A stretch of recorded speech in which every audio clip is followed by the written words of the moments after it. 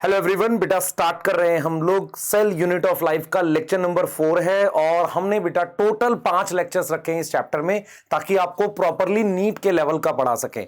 बहुत सारे बच्चे कमेंट करके पूछते हैं कि सर क्या ये नीट के लिए सफिशिएंट है? बिल्कुल सफिशिएंट है। क्या ये 11th के लिए है? बिल्कुल 11th के लिए है और ड्रॉपर वाले भी इसे पढ़ सकते हैं। तो हमने क्या किया है, संजीवनी बैच में क्लास 11th का पूरा कंटेंट देने की ट्राई की है ताकि आपके सिलेक्शन में कहीं कोई भी रुकावट नहीं आए। अब यहां पर बेटा मेरा आपसे 2 सवाल हैं जो आप बताना। अगर आप इस लेक्चर में 1.5 घंटा 1 घंटा लगाते हो और लेक्चर को देखते हुए अगर आप नोट्स नहीं बना रहे हो तो प्लीज मत देखो। मैं बार बार बोल रहा हूं, आप में से बहुत सारे बच्चे मुझे पहले से जानते हैं, मेरे से पढ़ते रहे हैं। मैंने बार बार आपसे बोला है कि सिलेक्ट वही होगा जो कंसिस्टेंट होगा, जो लगातार पढ़ेगा। वो सिलेक्ट नहीं होगा जो मेहनत नहीं करेगा, मतलब जो सिर्फ लेक्चर देखकर आगे बढ़ जाएगा। तो अगर ये मोटिवेशन है आपके लिए तो पढ़ाई करो और मेहनत से पूरे लेक्चर को देखो। आज हमने आपके लिए बेटा 3 टॉपिक्स लिए हैं। लेक्चर बड़ा ना रख के एक नॉर्मल साइज में रखेंगे इसको और आपको बहुत सारी ऐसी बातें बताएंगे जो डिफरेंट टाइप के क्वेश्चंस बनाते हैं। आप में से बहुत सारे बच्चे कई बार पूछते हैं कि सर आप जो कराते हो वो एनसीईआरटी से है। मैं कहूंगा बिल्कुल एनसीईआरटी से। आप जो कराते हो उससे बहुत पुराने क्वेश्चंस नहीं बनते बेटा, नए वाले बनेंगे ना। मान लो 1990 का क्वेश्चन या 2002 का क्वेश्चन तेरे से ना बने तो कोई दिक्कत नहीं है, लेकिन 2018-19 के क्वेश्चन अगर तेरे से बन रहे हैं तो इसका मतलब लेक्चर बिल्कुल बढ़िया जा रहा है और तेरे को मजा आ रहा होगा। ठीक है, तो एकदम रिलैक्स फॉर्म में पढ़ना है, ध्यान से सुनना है और पूरा एकदम मतलब मस्ती में चीजों को समझते हुए आगे बढ़ना है। ठीक है, चलिए स्टार्ट करते हैं। तो लास्ट लेक्चर में हमने बात करी थी आपको वैक्यूल के बारे में। मैं आपसे एक सवाल पूछूंगा, सेल के अंदर किसका साइज छोटा होता है? कमेंट में बताना, माइटोकॉन्ड्रिया या प्लास्टिड का। कमेंट करके फटाफट से बताना इस बात को कि सेल में किसका साइज छोटा। सर लाइव तो नहीं है, कोई बात नहीं, हमारे कनेक्शन के लिए लाइव बेटा लेक्चर की जरूरत नहीं है। मास्टर का कनेक्शन स्टूडेंट के साथ जो बनता है ना बेटा, वो कंटेंट का बनता है, चैप्टर के टॉपिक्स का बनता है। तो वो कंटेंट, वो कनेक्शन है आपका हमारा। ठीक है, तो किसका साइज बड़ा होता है? माइटोकॉन्ड्रिया प्लास्टिड का। आपको ये कमेंट करके मुझे बताना है। तो आपको मैं एक आइडिया दे देता हूं। सेल के अंदर बेटा जो माइटोकॉन्ड्रिया होता है उससे भी बड़ा साइज हमारे पास किसका होता है? क्लोरोप्लास्ट का होता है। क्लोरोप्लास्ट और माइटोकॉन्ड्रिया 2 ऐसी ऑर्गेनल हैं जिनके बहुत इंपॉर्टेंट यूज हैं। वो एंडोमेम्ब्रेन सिस्टम का पार्ट नहीं होते। पर मैं आपसे एक सवाल पूछूंगा कि जब आप सेल को माइक्रोस्कोप में देखते हो तो क्या बिना स्टेन करे देखना चाहिए? कुछ भी नहीं दिखेगा। कौन सा ऐसा सेल में जिसमें कुछ दिख सकता है? क्लोरोप्लास्ट वाले में। रीजन क्या है? क्योंकि उसमें अपना कलर होता है। तो अगर आपको माइक्रोस्कोप में कोई चीज देखनी है तो उसमें कलर होना जरूरी है। तो हम सबसे पहले आज माइटोकॉन्ड्रिया पढ़ेंगे। माइटोकॉन्ड्रिया एक ऐसी ऑर्गेनल है जो आपके नॉर्मल कंपाउंड माइक्रोस्कोप, जो स्कूल का माइक्रोस्कोप है, उसमें दिख सकती है, पर आपको एक प्रॉपर स्टेन करना पड़ता है। स्टेन का नाम हम नहीं देखेंगे, पर हम ये समझते हैं कि माइटोकॉन्ड्रिया का साइज एक नॉर्मल बैक्टीरिया जितना होता है और आपको ये चीज ध्यान रखनी है। ठीक है, तो स्टार्ट करते हैं बेटा। माइटोकॉन्ड्रिया की को हम पढ़ेंगे डिटेल में।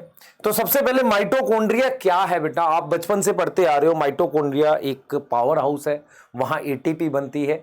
तो सबसे पहले हम यहां पे हमने लिखा नीड स्टेनिंग। तो माइटोकॉन्ड्रिया कैन बी विजिबल है कहां पर? कौन से माइक्रोस्कोप में? कंपाउंड माइक्रोस्कोप में। पर इसको स्टेनिंग की जरूरत है। कंपाउंड माइक्रोस्कोप में दिखता है बट इसको स्टेनिंग चाहिए, बट नीड स्टेनिंग। स्टेनिंग क्यों चाहिए बेटा? क्योंकि बिना स्टेन करे ये दिखेगा नहीं, इस पे कलर नहीं आएगा, ये नहीं दिखेगा। दूसरा, हमने यहां पर माइटोकॉन्ड्रिया लिखा है। माइटोकॉन्ड्रियन वर्ड होता है एक्चुअल में, माइटोकॉन्ड्रियन। माइटोकॉन्ड्रियन का मतलब होता है सिंगल माइटोकॉन्ड्रिया, सिंगुलर, है ना। जब बहुत सारे होते हैं तो माइटोकॉन्ड्रिया वर्ड यूज करते हैं। क्लियर है? सही है।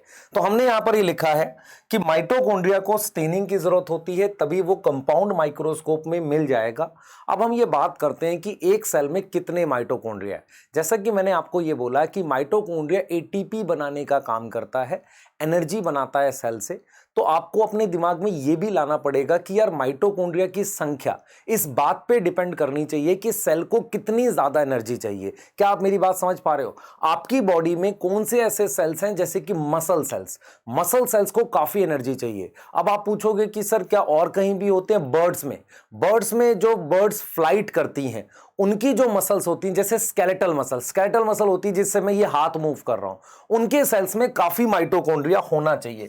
तो अगर हम नंबर की बात करें तो नंबर में हमारे पास क्या है, नंबर में हम लिख सकते हैं कि हमारे पास नंबर डिपेंड करता है एक्टिविटी ऑफ सेल में।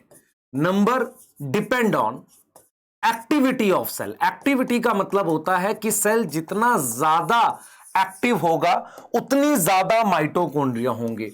More it is active, more it is active, more number is mitochondria, उतना ज्यादा हमारे पास क्या है, माइटोकॉन्ड्रिया प्रेजेंट है। क्या आपको समझ में आ रहा है? उतना ज्यादा हमारे पास क्या है, माइटोकॉन्ड्रिया प्रेजेंट है। क्लियर है? ये चीज समझ में आ रही है?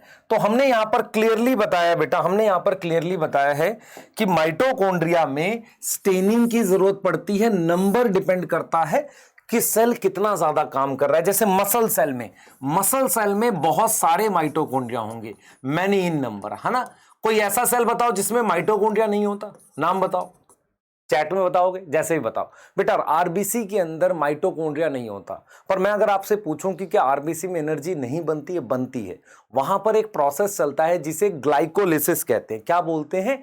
ग्लाइकोलिसिस, उसके साइटोप्लाज्म में। ठीक है, अब हम बात कर लेते हैं शेप की। एनसीईआरटी ने माइटोकॉन्ड्रिया की शेप ऐसी दिखाई है, ऐसी। इसे हम कहते हैं सिलेंड्रिकल।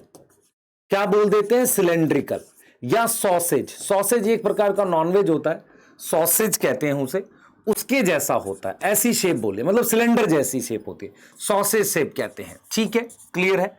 और जब हम ये देखते हैं कि जो उसका शेप होता है ना, शेप और साइज, शेप एंड साइज जरूरत के हिसाब से वेरिएबल हो सकता है। वेरिएबल ऐसा स्टेटमेंट बेस्ड क्वेश्चन आ जाएगा नीट में, ऐसा लाइन लिखी होगी कि mitochondria is a organelle whose shape and size is variable. आप कहोगे यार साइज तो समझ में आता है, शेप भी वेरिएबल है, या साइज कैसे वेरिएबल हो सकता है ऑर्गेनल का? होता है। माइटोकॉन्ड्रिया में जरूरत के हिसाब से उसका साइज वेरिएबल हो सकता है। अगर हम बात करें साइज की तो हम देखेंगे कि जो माइटोकॉन्ड्रिया होता है उसमें ये और ये दो डायमेंशंस है। ठीक है, ये लगभग होती है 1 से 4 माइक्रोमीटर, और ये वाली हमारे पास होती है 0.1 से लेकर 1 माइक्रोमीटर। तो 1 से 4 माइक्रोमीटर की लेंथ है और इसे डायामीटर कहते हैं। ये 0.1 से 1 के माइक्रोमीटर के आसपास होती है। तो माइटोकॉन्ड्रिया का साइज एक नॉर्मल बैक्टीरिया के जितना होता है। मतलब साइज कितना है? साइज अगर मैं नोट में लिखूं, size is similar to a normal bacterial cell, similar to a normal bacterial cell। ठीक है, बैक्टीरियल सेल। ठीक है, ये चीज क्लियर है? ये चीज क्लियर है? साइज जो है वो एक नॉर्मल बैक्टीरियल सेल के बराबर होता है। क्लियर है कि नहीं? आप बताओ, क्लियर है कि नहीं? बिल्कुल क्लियर है। अब हम आगे जाएंगे और उसके बाद बात करेंगे स्ट्रक्चर की। स्ट्रक्चर की। तो स्ट्रक्चर क्या है, आप समझे ध्यान से। स्ट्रक्चर क्या है माइटोकॉन्ड्रिया में? सबसे पहले हमारे पास ये जो मेम्ब्रेन है इसको हम क्या बोलते हैं? Outer membrane. देखो माइटोकॉन्ड्रिया कुछ इस तरीके का दिखता है, ध्यान से सुनना। इस तरीके का स्ट्रक्चर है। आप अगर ध्यान से देखो, इसमें एक मेम्ब्रेन होती है ऐसे, इसे आउटर मेम्ब्रेन कहते हैं। यह मेम्ब्रेन लिपिड की बनी हुई है। ठीक है सर, लिपिड की बनी हुई है। अब यहां पर पूरा इसका ल्यूमन है। ल्यूमन मतलब अंदर खाली जगह है। तो अंदर की खाली जगह को दो कंपार्टमेंट में ये वाली इनर मेम्ब्रेन तोड़ती है। मतलब इनर मेम्ब्रेन क्या करती है? अंदर की खाली जगह को ऐसे दो कंपार्टमेंट में तोड़ देती है। दो कंपार्टमेंट मतलब दो अलग अलग चैम्बर में। तो ये मेरे पास क्या है बेटा? This one is inner membrane. इसको हम इनर मेम्ब्रेन कहते हैं। तो सबसे पहले आपको एक बात समझनी है कि माइटोकॉन्ड्रिया एक डबल मेम्ब्रेन ऑर्गेनल होती है। उसकी जो बाहर वाली मेम्ब्रेन है नॉर्मल प्लाज्मा मेम्ब्रेन जैसी लिपिड बाइलेयर होती है। मैंने हमेशा से ये बात बोली है कि जो भी मेम्ब्रेन हमारे पास सेल के अंदर है वो नॉर्मल प्लाज्मा मेम्ब्रेन जैसी लिपिड बाइलेयर की बनी होती है। फर्क क्या होता है? हर मेम्ब्रेन का अपना अलग काम है। उसके अकॉर्डिंग उस पर प्रोटीन या किसी और एंजाइम की नंबर या बेसिकली टाइप बदलती रहती है। जैसे फॉर एग्जांपल ये माइटोकॉन्ड्रिया की दोनों मेम्ब्रेन है, तो इन पर अलग अलग टाइप की प्रोटीन्स प्रेजेंट होंगी। उसके हिसाब से इनका फंक्शन डिसाइड होगा। क्या ये कॉन्सेप्ट तुम्हारे दिमाग में बैठ गया? तो तुम्हें अगर कोई पूछे कि क्या माइटोकॉन्ड्रिया की मेम्ब्रेन पर लिपिड होता है, तुम कहोगे यस होता है। और वो जो लिपिड है ना, वो जो लिपिड हमारे पास है वो उसकी कौन सी मेम्ब्रेन पर है, आउटर पे है कि इनर पे है? वो हमारे पास इनर मेम्ब्रेन पर और आउटर दोनों पे होता है। अब यहां पर हम क्या लिखेंगे, आउटर और इनर के बीच में इसको आउटर कंपार्टमेंट या चैम्बर लिखेंगे, सही है ना, या चैम्बर लिखेंगे। अच्छा, अब ये वाली जगह जो ये वाली है इसको लिखेंगे इनर कंपार्टमेंट, इनर कंपार्टमेंट या चैम्बर। अब इसमें क्या होता है बेटा, डेंसली मतलब डेंस स्टेन, कुछ मतलब लिक्विड टाइप की चीज है या फ्लूइड है, इसे हम कहते हैं कि यहां पर मैट्रिक्स प्रेजेंट होता है। क्या प्रेजेंट होता है? मैट्रिक्स प्रेजेंट होता है। अब आपसे मैं एक सवाल पूछता हूं, क्या राइबोसोम, डीएनए, ये सब मान लो सिर्फ सेल के अंदर होता है? कोई ऐसी ऑर्गेनल है जिनके अंदर खुद का डीएनए प्रेजेंट होता है या खुद का राइबोसोम प्रेजेंट होता है? माइटोकॉन्ड्रिया। तो माइटोकॉन्ड्रिया की इस मैट्रिक्स में एक डीएनए होता है जो खुद से सर्कुलर होता है, तो इसका मतलब इसमें डीएनए भी प्रेजेंट होगा, ठीक है। और डीएनए कैसा होगा? सर्कुलर, जैसा बैक्टीरिया में होता है। उसके अलावा इसमें राइबोसोम भी होंगे। इसका मतलब माइटोकॉन्ड्रिया के अंदर भी कुछ प्रोटीन्स बनेंगी, क्योंकि डीएनए है ना, डीएनए पर जेनेटिक इंफॉर्मेशन है, वो प्रोटीन बनाएगा। अब आप जरा ध्यान से सोचो, ये जो मैट्रिक्स है इसमें क्या होना चाहिए? इसमें कोई ना कोई एंजाइम्स प्रेजेंट होंगे, प्रोसेस होगा, है ना, एंजाइम्स होंगे, काफी सारे प्रोसेस यहां चलेंगे। उसके अलावा इस आउटर और इनर मेम्ब्रेन पर भी एंजाइम होते हैं। होता क्या है कि रेस्पिरेशन में एक बहुत इंपॉर्टेंट स्टेप होता है जिसे इलेक्ट्रॉन ट्रांसपोर्ट सिस्टम या इलेक्ट्रॉन ट्रांसपोर्ट चेन कहते हैं। मेरी बात समझो ध्यान से। हमारे पास रेस्पिरेशन में, मैं रिपीट करूंगा एक एक चीज को, मैंने आपको यह बताया है कि माइटोकॉन्ड्रिया एक डबल मेम्ब्रेन बाउंड ऑर्गेनल है। ये आउटर मेम्ब्रेन है, ये इनर मेम्ब्रेन है। आउटर मेम्ब्रेन लिपिड की बाइलेयर है जो साइटोप्लाज्म से माइटोकॉन्ड्रिया को अलग करती है। ये जो इनर मेम्ब्रेन है ये अंदर की जगह को दो कंपार्टमेंट या दो चैम्बर में डिवाइड करती है। ये आउटर कंपार्टमेंट है, ये इनर कंपार्टमेंट है। इसके बाद मैंने आपको ये बोला कि इस जगह को डेंस होता है, थोड़ा गाढ़ा होता है, इसे हम मैट्रिक्स कहते हैं। मैट्रिक्स में डीएनए होता है बैक्टीरिया जैसा, उसके अलावा राइबोसोम होता है। इसी मैट्रिक्स में काफी सारे एंजाइम होते हैं और काफी सारे प्रोसेस इसमें चलते हैं। हमने आपको यह समझाने की कोशिश कर रहे हैं कि हमारे पास ये जो इनर मेम्ब्रेन है ये इस तरीके से फोल्ड करती है। इस सिंगल स्ट्रक्चर को कहते हैं क्रिस्टे, क्रिस्टा, और प्लूरल होगा तो क्रिस्टे बोलेंगे, मतलब बहुत सारे होंगे तो क्रिस्टे बोलेंगे। तो ये जो इनर मेम्ब्रेन है ना, ये सरफेस एरिया बढ़ाने के लिए ऐसे अंदर की तरफ फोल्ड करती है, जैसे मीजोजोम करते थे, ठीक है। पर वो प्लाज्मा मेम्ब्रेन थी, माइटोकॉन्ड्रिया की इनर मेम्ब्रेन है। क्रिस्टे क्या होते हैं बेटा? इस क्रिस्टे पर एंजाइम लगे रहते हैं, किसके? इलेक्ट्रॉन ट्रांसपोर्ट चेन के। ये इलेक्ट्रॉन ट्रांसपोर्ट चेन ही होती है जो फाइनली एटीपी बनाती है। आपको ये समझना है कि रेस्पिरेशन एक ऐसा प्रोसेस होता है जहां खाने का ऑक्सीडेशन होता है। कुछ अमाउंट ऑफ ऑक्सीडेशन साइटोप्लाज्म में हो जाता है, बाकी का बचा हुआ ऑक्सीडेशन हमारा कहां होता है? माइटोकॉन्ड्रिया में। तो माइटोकॉन्ड्रिया में ऑक्सीडेशन होने के बाद उस एनर्जी को फाइनली एटीपी में कन्वर्ट करने के लिए ये ऐसे स्ट्रक्चर्स होते हैं, है ना, मेम्ब्रेन ऐसे फोल्ड करती है, क्रिस्टे कहते हैं। क्रिस्टे फोल्डिंग क्यों बनाई जाती है? ताकि मेम्ब्रेन का सरफेस एरिया बढ़ा दें। मैं रिपीट कर रहा हूं, क्रिस्टे में ये इतनी ज्यादा फोल्डिंग क्यों बनाई जाती है? ताकि मेम्ब्रेन का सरफेस एरिया बढ़ा दें और ज्यादा से ज्यादा वहां पर एंजाइम या इलेक्ट्रॉन ट्रांसपोर्ट चेन के जो भी प्रोटीन है लगा सकें। एटीपी बनाने के लिए एटीपी इस मेम्ब्रेन पर बनके यहां आती है। तो इस मेम्ब्रेन पर एक पूरा सिस्टम होता है, उसे इलेक्ट्रॉन ट्रांसपोर्ट चेन या इलेक्ट्रॉन ट्रांसपोर्ट सिस्टम कहते हैं। ये जो सिस्टम होता है ये कहीं ना कहीं एटीपी सिंथेसिस के लिए रिस्पॉन्सिबल है। तो ये जो सिस्टम है इसमें ज्यादा से ज्यादा और भी प्रोटीन लग सके, मतलब इस सिस्टम को ज्यादा से ज्यादा लगा सके, उसके लिए हमने इसको फोल्ड किया है। इस फोल्डिंग को हम क्रिस्टे कहते हैं। तो जितनी ज्यादा फोल्डिंग होगी उतना ज्यादा हम क्या लगा पाएंगे? वो एंजाइम या प्रोटीन लगा पाएंगे। क्या मेरी बात समझ में आ रही है आपको? सोचो, ठीक है।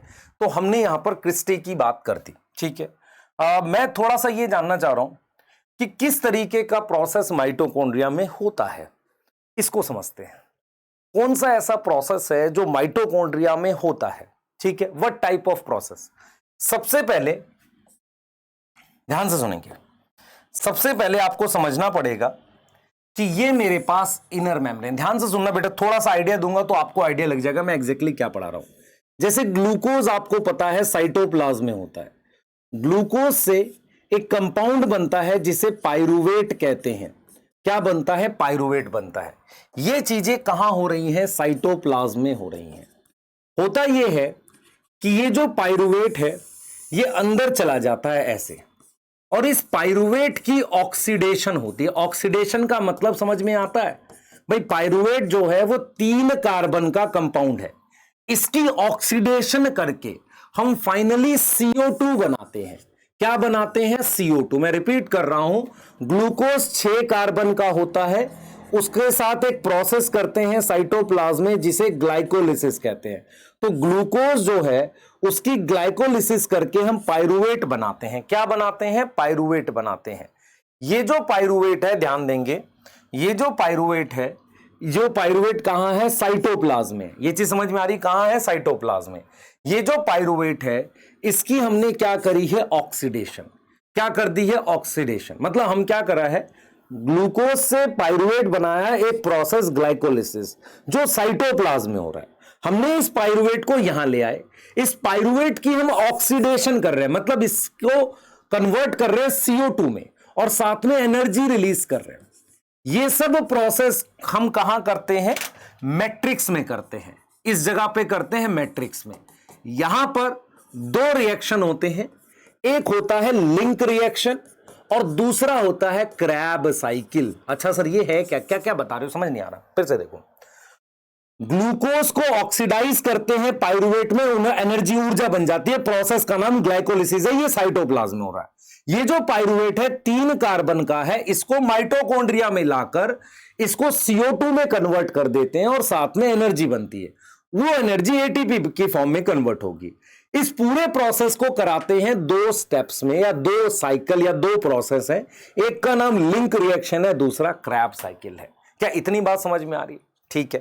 तो अगर आपसे कोई पूछे मैट्रिक्स ऑफ माइटोकॉन्ड्रिया में क्या होगा, आप कहोगे सर लिंक रिएक्शन होगा और क्रैब साइकिल होगी। और क्या कहोगे? पाइरुवेट का कंप्लीट ऑक्सीडेशन होगा, 3 CO2 बन जाएगी। कह सकते हो कि नहीं? हां सर कह सकते हैं। उसके अलावा ये जो इनर मेम्ब्रेन है, यहां पर एक प्रोसेस होता है, काफी सारे ऐसी प्रोटीन लगी रहती हैं, उसे कहते हैं ETS, electron transport system. ETS बोलते हैं। ये किस पर होती है बेटा? ये इनर मेम्ब्रेन पे। सर ETS क्या है? ETS, अरे भाई सुन तो ले। ETS क्या है बेटा? हमारे पास एक तरीका होता है ATP बनाने का इलेक्ट्रॉन्स की मूवमेंट के थ्रू। मतलब ETS क्या करता है, मेरी बात समझ। जैसे मान लीजिए खाना है, खाने को मैंने ऑक्सीडाइज किया तो ये कंपाउंड बन गया और साथ में एनर्जी बनी। उस एनर्जी को किसी कंपाउंड में हम ऐसे स्टोर कर लेते हैं। अब वो कंपाउंड आगे अपने इलेक्ट्रॉन ETS में जाकर देता है और उसके साथ फिर ATP बनता है। तो ETS कहां होता है? इस इनर मेम्ब्रेन पर। इलेक्ट्रॉन ट्रांसपोर्ट चेन या इलेक्ट्रॉन ट्रांसपोर्ट सिस्टम कहां होता है? इनर मेम्ब्रेन पर। इनर मेम्ब्रेन पर कहां पर? क्रिस्टे पर होता है। ETS क्या करता है? ETS ATP बनाने में मदद करता है। मेरी बात समझ में आ रही है? और ये ETS यूज करता है ऑक्सीजन। आपको पता होना चाहिए, आप सांस लेते हो, हाँ सर सांस लेते हैं, तो क्या हो गया बेटा? जो आप सांस लेते हो वो ऑक्सीजन कहां जाती है? सर लंग्स में जाती है। लंग्स से कहां जाती है? ब्लड में जाती है। ब्लड से कहां जाती है? टिश्यू में जाती है।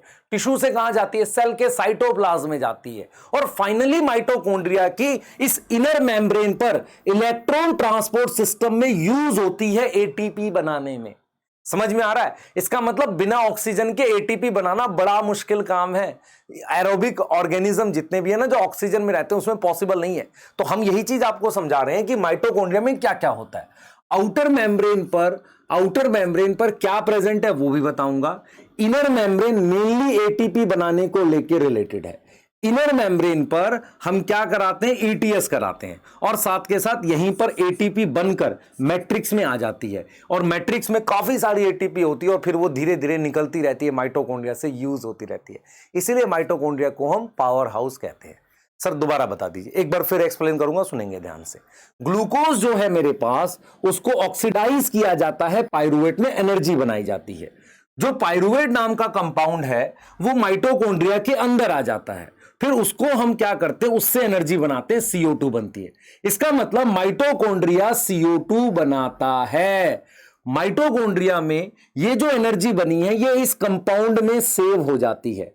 ये कंपाउंड ETS में यूज होता है और फाइनली उससे ATP बनती है। ATP कहां बनती है? ETS में, सही है, ठीक है, इस कंपाउंड की वजह से बनती है। और ये कंपाउंड जो है ये मान लो इन प्रोसेस में बना है ताकि यहां से एनर्जी बन सके। इसका मतलब ये हुआ मैट्रिक्स में लिंक रिएक्शन और क्रैब साइकिल पाइरुवेट को खा जाते हैं, यूज करते हैं, ठीक है। ETS फाइनली ATP बनाती है कहां पर? इनर मेम्ब्रेन पर, और ये ETS ही ऑक्सीजन यूज करती है। क्लियर है, ठीक है। इसके अलावा बेटा जो फैट होता है ना, फैट को भी एनर्जी बनाने के लिए अगर यूज करना है तो माइटोकॉन्ड्रिया के अंदर ही होता है। बहुत सारे अमीनो एसिड की सिंथेसिस भी कहां होती है? माइटोकॉन्ड्रिया के अंदर होती है। इससे आपको आइडिया लग रहा है कि माइटोकॉन्ड्रिया में क्या क्या काम चलता है, ठीक है। तो चलिए एक बार जरा बात कर लेते हैं, हम यहां पर बात कर लेते हैं कि एरोबिक रेस्पिरेशन में जो ऑक्सीजन यूज होती है वो कहां यूज होगी? ETS में होगी। और आपको एक चीज और पता होना चाहिए बेटा, ऑक्सीजन यूज करके पानी बनता है। जैसे मैं अगर आपसे पूछूं, आपने बचपन में एक रिएक्शन पढ़ा था, याद करो, C6H12O6 प्लस 6O2 फिर 6CO2 प्लस 6H2O। तो ये जो CO2 और H2O है ये बनती कहां पर है? ETS में बनती है। ETS कहां होती है? Located on inner membrane. ETS की full form electron transport system, inner membrane पर होती है। तो यहां पर ही मेरे पास CO2 और पानी बन जाता है। दूसरा क्या है बेटा? क्रैब साइकिल में, ध्यान से सुनेंगे, दूसरा क्या है? मैट्रिक्स में हमारे पास क्या होगा, ध्यान देंगे, मैट्रिक्स में मेरे पास क्रैब साइकिल होती है, उसके साथ होता है लिंक रिएक्शन, जो किसको यूज करता है? यूज करता है पाइरुवेट को। सर ये आप एक्स्ट्रा नहीं बताए हो एनसीईआरटी से? बेटा ये दूसरे चैप्टर में भी है, एनसीईआरटी में ये दूसरे चैप्टर में, तो वहां को यहां। दूसरी चीज माइटोकॉन्ड्रिया में क्या होती है? फैट की ऑक्सीडेशन, मतलब फैट से एनर्जी बनाते हैं, यूज टू मेक ATP, ठीक है। उसके बाद क्या करते हैं? अमीनो एसिड सिंथेसिस, वो कहां करते हैं? अकर इन कहां करेंगे बताओ? अकर इन बताओ, मैट्रिक्स में, ये भी मैट्रिक्स में करेंगे। और क्योंकि सिंस मैट्रिक्स में क्या है? DNA भी तो है। सिंस मैट्रिक्स में DNA है और DNA है एंड राइबोसोम है, तो कुछ अमाउंट ऑफ प्रोटीन भी बनेगी। सम अमाउंट ऑफ क्या बनेगी? प्रोटीन। क्या मेरी बात पूरी समझ में आ गई है? पूरी समझ में आ गई। तो माइटोकॉन्ड्रिया को पावर हाउस इसलिए कहते हैं क्योंकि उसके अंदर ATP बनती है। ATP हमेशा फूड के ऑक्सीडेशन से बनती है। ग्लूकोज का ऑक्सीडेशन साइटोप्लाज्म में होता है, उससे बना हुआ एक कंपाउंड होता है पाइरुवेट, वो माइटोकॉन्ड्रिया के अंदर आ जाता है। वहां पर जाकर उस कंपाउंड की, पाइरुवेट की, आगे हम क्या करते हैं? ऑक्सीडेशन करते हैं, क्रैब साइकिल नाम की प्रोसेस और लिंक रिएक्शन में। उसके अलावा हमारे पास एनर्जी एक्चुअल में ETS में बनती है, और ETS कहां लोकेट होता है? इनर मेम्ब्रेन ऑफ माइटोकॉन्ड्रिया में। आपको जान के हैरानी होगी, साइनाइड नाम के कंपाउंड जिससे आदमी मर जाता है, वो अचानक से माइटोकॉन्ड्रिया ATP बनाना बंद कर देते हैं। तो वो होता क्या है? वो इनर मेम्ब्रेन ऑफ माइटोकॉन्ड्रिया को डिस्ट्रॉय करता है, बेसिकली ETS को डिस्ट्रॉय करता है ना। आपने मूवीज में देखा, साइनाइड खाया मर गया, साफ एकदम, है ना। तो वो चीज है। तो यहां पर आपको सिंस मैट्रिक्स, DNA और राइबोसोम होते हैं, इसलिए प्रोटीन भी बनेगी। तो हम इन चीजों को नोट डाउन भी कर सकते हैं कि क्या क्या हो रहा है, पर आपको यहां पर कुछ चीजें पता चल गई है कि मैट्रिक्स में क्या क्या होगा। मैट्रिक्स में लिंक रिएक्शन, क्रैब साइकिल, और क्योंकि DNA है, प्रोटीन सिंथेसिस, फैट से एनर्जी और अमीनो एसिड सिंथेसिस। इस इनर मेम्ब्रेन पर इलेक्ट्रॉन ट्रांसपोर्ट चेन होती है या सिस्टम होता है, जो किसको कंज्यूम करता है? ऑक्सीजन को, और फाइनली पानी बनाता है। और ये पानी जो है बेटा माइटोकॉन्ड्रिया से बाहर निकलता रहता है, ठीक है, सही है। अब आ जाओ जरा, अब अगर हम बात करते हैं माइटोकॉन्ड्रिया की आउटर मेम्ब्रेन की, मैंने क्या बताया किसकी बनी हुई है? Sir made up of lipid. किसकी बनी है सर? लिपिड की बनी है, ठीक है सर। और बता दो माइटोकॉन्ड्रिया के बारे में। सर ये लिपिड की बनी है और बताओ सर, और बताओ। आउटर मेम्ब्रेन जो है वो किसका बना है? लिपिड का बना है। किसका बना है? लिपिड का बना है। उसके अलावा बेटा इसमें पोरिन्स नाम की प्रोटीन होती है। पोरिन्स प्रेजेंट होते हैं। क्या होते हैं? पोरिन्स प्रेजेंट होते हैं, जिनसे वाटर चैनल है, ये सॉरी ये क्या है, जिनसे प्रोटीन्स मूव कर सकती हैं, है ना। प्रोटीन्स कैन मूव, मतलब ये लार्ज साइज के पोर होते हैं। आप सिर्फ इतना याद रखें, प्रोटीन्स कैन मूव। मतलब आपको ये समझना है, ये माइटोकॉन्ड्रिया की आउटर मेम्ब्रेन है, ये इनर है। तो इस आउटर मेम्ब्रेन पर पोर होते हैं, मतलब प्रोटीन के ऐसे पोर होते हैं, उन्हें हम पोरिन्स कहते हैं। ठीक है, अब हम बात कर रहे हैं इनर मेम्ब्रेन की। तो जो इनर मेम्ब्रेन है, इनर मेम्ब्रेन जो है वो क्या है, ध्यान देंगे। इनर मेम्ब्रेन हमारे पास क्या है, आप जरा ध्यान दें इसे।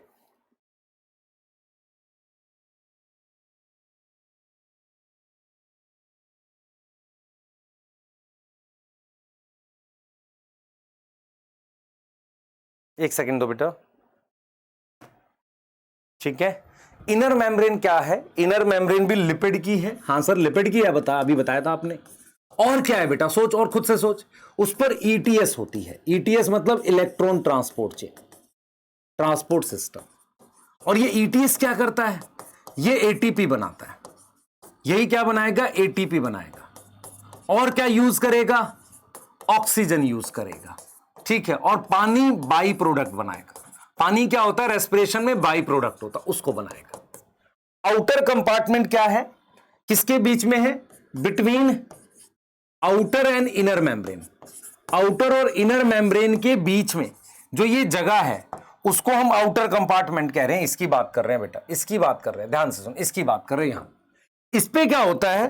प्रोटॉन इकट्ठा करता है माइटोकॉन्ड्रिया एटीपी बनाने के लिए। एक्चुअल में क्या होता है? एटीपी बनाने के लिए प्रोटॉन इकट्ठे करने पड़ते हैं। तो यहां पर क्या करता है माइटोकॉन्ड्रिया? प्रोटॉन इकट्ठा करता है। H+ यहां पर कलेक्ट होते हैं। अगर H+ कलेक्ट होंगे तो यहां लो पीएच होगी। सही है। अब क्या है बेटा हमारे पास? इनर कंपार्टमेंट, जहां पर मेरे पास मैट्रिक्स प्रेजेंट है। सबसे पहले उसमें डबल स्ट्रैंडेड सर्कुलर डीएनए होता है, उसके साथ राइबोसोम होता है। राइबोसोम कौन से प्रकार का? जो बैक्टीरिया में होता है, 70S टाइप का। ये दोनों मिलके प्रोटीन सिंथेसिस करते हैं। क्या करते हैं बेटा? प्रोटीन सिंथेसिस करते हैं, प्रोटीन बनाते हैं। उसके बाद हम बात करते हैं और क्या है। इनर कंपार्टमेंट मैट्रिक्स से बात कर रहे हैं, और क्या है बेटा? और क्या है? और हमारे पास क्या है जरा समझना। हमने लिखा है double standard circular DNA, ribosome है, प्रोटीन सिंथेसिस कर रहे हैं।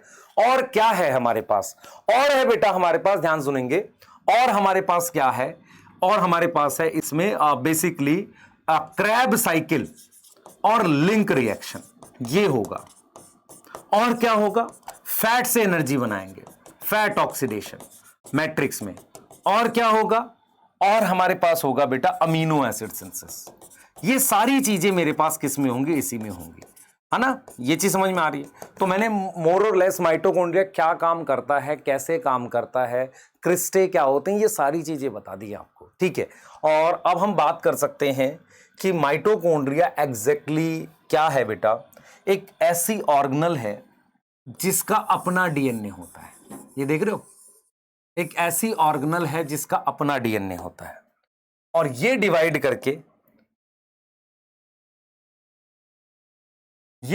करके ऐसे दो ऑर्गेनल बनाता है। कितनी ऑर्गेनल बना दी इसने? 2 ऑर्गेनल बना दी। क्लियर है? 2 ऑर्गेनल बना दी डिवाइड करके। क्लियर है कि नहीं बताओ? अब आप खुद से देखो, 2 माइटोकॉन्ड्रिया बना दी। इसमें जो डीएनए होता है ना, असल में क्या है कि माइटोकॉन्ड्रिया डिवाइड करता है like bacteria, fission. It divide like bacteria, divide like bacteria, जिसे हम कहते हैं फिजन। ठीक है, जिसे हम क्या बोलते हैं? फिजन। तो एनसीईआरटी में लिखा भी हुआ है कि माइटोकॉन्ड्रिया डिवाइड करते हैं बाय फिजन। क्लियर है? मैं आपको एक एक पॉइंट लिखूंगा, इस बात को आपने समझना पड़ेगा। नोट में लिख रहा हूं कि माइटोकॉन्ड्रिया जो है वो एक सेमी ऑटोनोमस ऑर्गेनल है। प्लास्टिड क्लोरोप्लास्ट भी है, इज अ सेमी क्या होता है? Semi autonomous. मैं आपसे एक सवाल पूछूंगा, मुझे बताना कि आपको मेरी बात समझ में आई। आप मान लो आज घर से थोड़ा सा नाराज हो गए, लड़ाई हो गई, तो आपने क्या किया, आपने अपने रूम को मान लिया मैं इससे बाहर नहीं निकलूंगा, ठीक है। तो आपने कहा आज से रूम मेरा घर है। तो जब रूम घर है तो आपको वहाँ किचन भी चाहिए, तो आपको कुछ गैस लानी पड़ेगी, मैगी वैगी पकाओगे ना वहाँ पे, ठीक है। तो मैं आपको ये समझाने की कोशिश कर रहा हूँ कि आपका रूम बहुत कम चांस है कि पूरी तरीके से ऑटोनोमस हो जाएगा, ऐसा नहीं हो सकता। आप मान लो मैगी ले भी आओ तो हो सकता है आपको किचन से अपनी मम्मी से पापा से सब्जी मांगनी पड़ जाए। पॉइंट ये कहीं ना कहीं घर पे आप डिपेंड हो ही, लाइट तो आ रही होगी ना, वहीं से मीटर जुड़ा होगा, कुछ तुम ले ही रहे होगे ना। तो मैं आपको ये समझाने की कोशिश कर रहा हूं कि माइटोकॉन्ड्रिया का अपना डीएनए होता है, वो कुछ प्रोटीन्स बनाता है, पर उसको न्यूक्लियस, जो डीएनए है न्यूक्लियस का डीएनए, उससे बनी हुई प्रोटीन की भी जरूरत पड़ती है। तो माइटोकॉन्ड्रिया में क्या है, सेमी का मतलब आधा, तो माइटोकॉन्ड्रिया में क्या है, माइटोकॉन्ड्रिया का अपना डीएनए होता है। माइटोकॉन्ड्रिया हैव ओन डीएनए, अपना डीएनए है, खुद का डीएनए है, सही है। But it need help from nucleus, जो मेन डीएनए है। इसलिए हम लिख रहे हैं सेमी ऑटोनोमस, आत्मनिर्भर है लेकिन आधा, सही है। कुछ प्रोटीन्स बाहर से आती हैं, मैंने अभी पोरीन्स का नाम बताया ना, सम प्रोटीन्स फ्रॉम, कहां से, साइटोप्लाज्म, न्यूक्लियस ने बनवाया था साइटोप्लाज्म में, कम इनसाइड माइटोकॉन्ड्रिया। कहां आएंगे, माइटोकॉन्ड्रिया में आएंगे। क्या ये समझ में आ रहा है, बोलो क्या ये समझ में आ रहा है। तो ये चीज आपको ध्यान रखनी है, ये बहुत इंपॉर्टेंट है माइटोकॉन्ड्रिया को लेके। तो अब हम बात कर सकते हैं, जरा देखो हम क्या बात कर रहे हैं बेटा। हम कह रहे हैं कि माइटोकॉन्ड्रिया को, सिंगुलर को माइटोकॉन्ड्रियन कहते हैं। जब तक हम इसे स्टेन ना कर सके दिखेगा नहीं, पर ये आसानी से दिख जाता है अगर स्टेन कर दे। नंबर वेरिएबल होता है, ठीक है। Activity, what is physiological activity, मतलब कितना काम कर रहा है सेल। दूसरा हम ये कह रहे हैं कि शेप और साइज वो भी वेरिएबल, वेरिएशन शो करती है। 0.2 से, मैंने 0.1 लिखा था, 0.2 से 1, और हम लिख सकते हैं 1 से 4 माइक्रोमीटर इसका साइज होता है। और कैसी है, डबल मेम्ब्रेन है। कैसी है, डबल मेम्ब्रेन, देखो ऐसे दिख रहा है, ये आउटर मेम्ब्रेन है, ये इनर मेम्ब्रेन है, और ये जो फोल्डिंग बन रही है क्रिस्टे है, ठीक है। और यहां पर ये जो लिक्विड है इसे क्या बोल रहे हैं, वो क्या नाम है, matrix. Double membrane bound structure है विद आउटर मेम्ब्रेन और इनर मेम्ब्रेन, डिवाइडिंग उस ल्यूमन को दो एक्वस कंपार्टमेंट, दोनों में पानी भरा हुआ एक्वस कंपार्टमेंट, आउटर कंपार्टमेंट और inner compartment. Inner compartment is filled with the dense homogeneous, inner compartment में डेंस, डेंस मतलब बहुत गाढ़ा, होमोजीनस, होमोजीनस मतलब सब जगह एक जैसा है ना, मैट्रिक्स होता है। Outer membrane forms the continuous limiting, मतलब आउटर मेम्ब्रेन किसके साथ है, मतलब आउटर मेम्ब्रेन जो है बाहर के एनवायरनमेंट के साथ कांटेक्ट में, साइटोप्लाज्म में, और इनर मेम्ब्रेन क्या बनाती है, फोल्डिंग, जिसे हम क्रिस्टे कहते हैं, ठीक है। और किसकी तरफ, मैट्रिक्स की तरफ।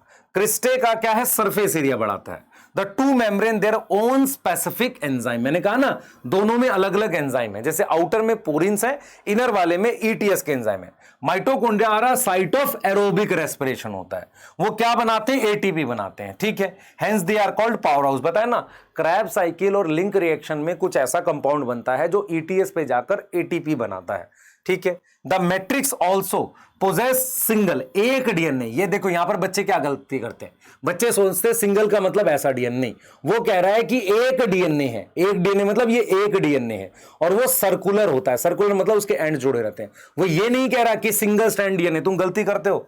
अब फ्यू आरएनए, क्योंकि डीएनए है तो आरएनए बनेगा ही, और 70S का राइबोसोम होता है, ठीक है।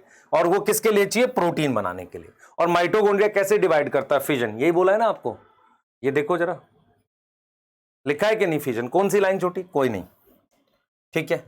अब हम बात करने वाले हैं आपसे प्लास्टिड्स के बारे में, ठीक है। किसके बारे में बात करने वाले हैं, प्लास्टिड्स के बारे में बात करने वाले हैं, ठीक है। चलिए करते हैं। उससे पहले मैं चाहूंगा, प्लास्टिड्स क्या होते हैं बेटा, मतलब प्लास्टिड्स वो स्ट्रक्चर होते हैं जिनमें कलर होता है, और आपने सुना है कि पिगमेंट्स कुछ होता है।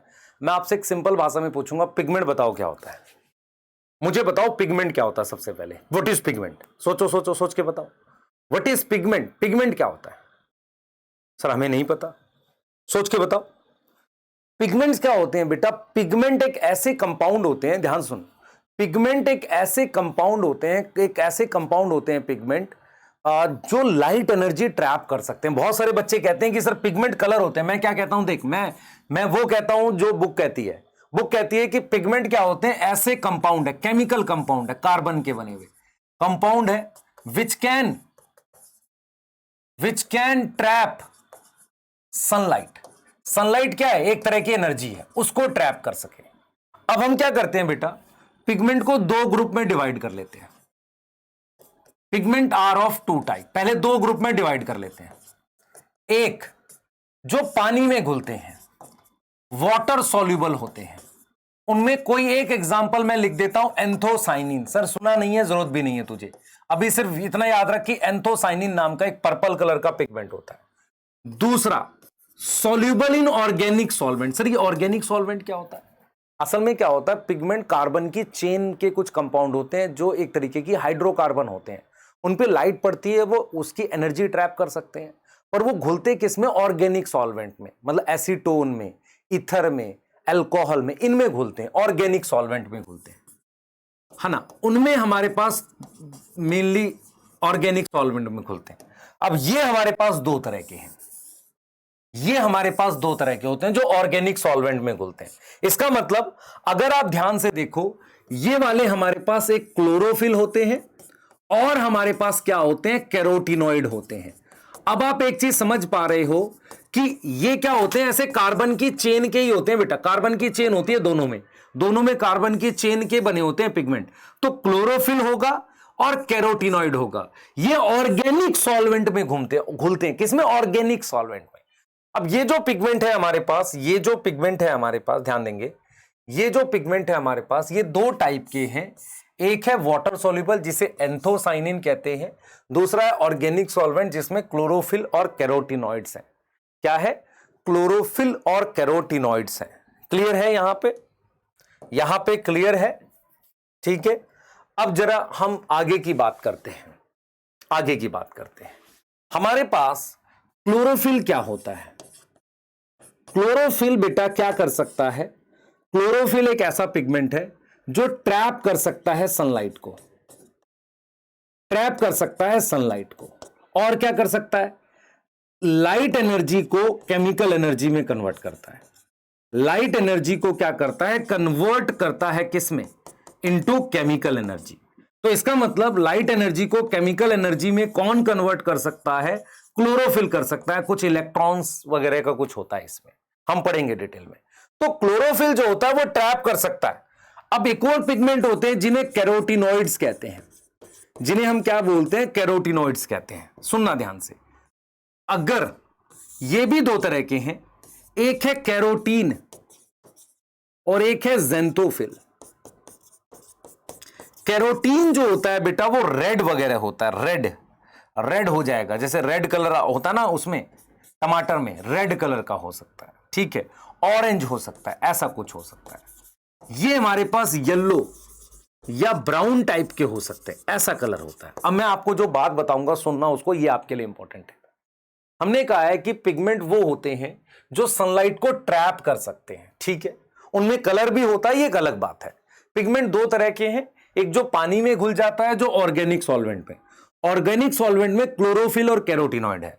आप हमेशा ये बात रखें कि अगर, ध्यान से सुने, अगर हम बात करते हैं, ध्यान सुनना, अगर मैं लिखता हूं क्लोरोफिल, ठीक है, और यहां मैं लिखता हूं हेडिंग में फोटोसिंथेसिस, मैं टेबल बना रहा हूं आपके लिए, मेरी बात समझना, ये बहुत इंपॉर्टेंट होता है, बच्चे गलती करते हैं इसमें। मैंने क्या किया, इस तरह की एक टेबल आपको दिखा दी। मैंने यहां पर लिख दिया पिगमेंट, यहां लिख दिया पिगमेंट, और यहां लिख दी फोटोसिंथेसिस, ठीक है। मैंने आपसे कहा कि अगर क्लोरोफिल अकेला होगा तो क्या फोटोसिंथेसिस हो सकती है? यस। क्लोरोफिल के साथ अगर कैरोटिनॉइड है तो क्या फोटोसिंथेसिस हो सकती है? यस। लेकिन अगर कभी कैरोटिनॉइड अकेला होता है, क्लोरोफिल नहीं होता, तो क्या फोटोसिंथेसिस हो सकती है? नहीं। मेरी बात समझो ध्यान से, क्लोरोफिल कई बार अकेले होता है तो वो फोटोसिंथेसिस कर सकता है, लेकिन क्लोरोफिल कैरोटीनॉइड की मदद की जरूरत पड़ती है, दोनों साथ होंगे तो भी फोटोसिंथेसिस हो जाएगी। लेकिन बिना क्लोरोफिल के फोटोसिंथेसिस नहीं होगी। कैरोटीनॉइड भी लाइट ट्रैप कर सकता है पर वो काम नहीं कर सकता। जैसे फॉर एग्जांपल मैं कहता हूं कि घर में जो है आपकी मदर को खाना पकाना आता है, आप सब्जी छील लेते हो और साथ में चावल वावल धो लेते हो, ठीक हो गई बात। अगर आपकी मदर अकेले हैं, क्लोरोफिल अकेले है, तो खाना बन जाएगा। आप रहोगे तो थोड़ा और अच्छे से बन जाएगा, आप कैरोटीनॉइड हो। पर आप अकेले नहीं बना सकते, आप अकेले कैरोटीनॉइड हो, आप अकेले नहीं बना सकते, क्योंकि बनाना मदर को ही आता है। इसका मतलब खाना बनाना सिर्फ क्लोरोफिल को आता है, कैरोटीनॉइड हेल्प कर सकता है।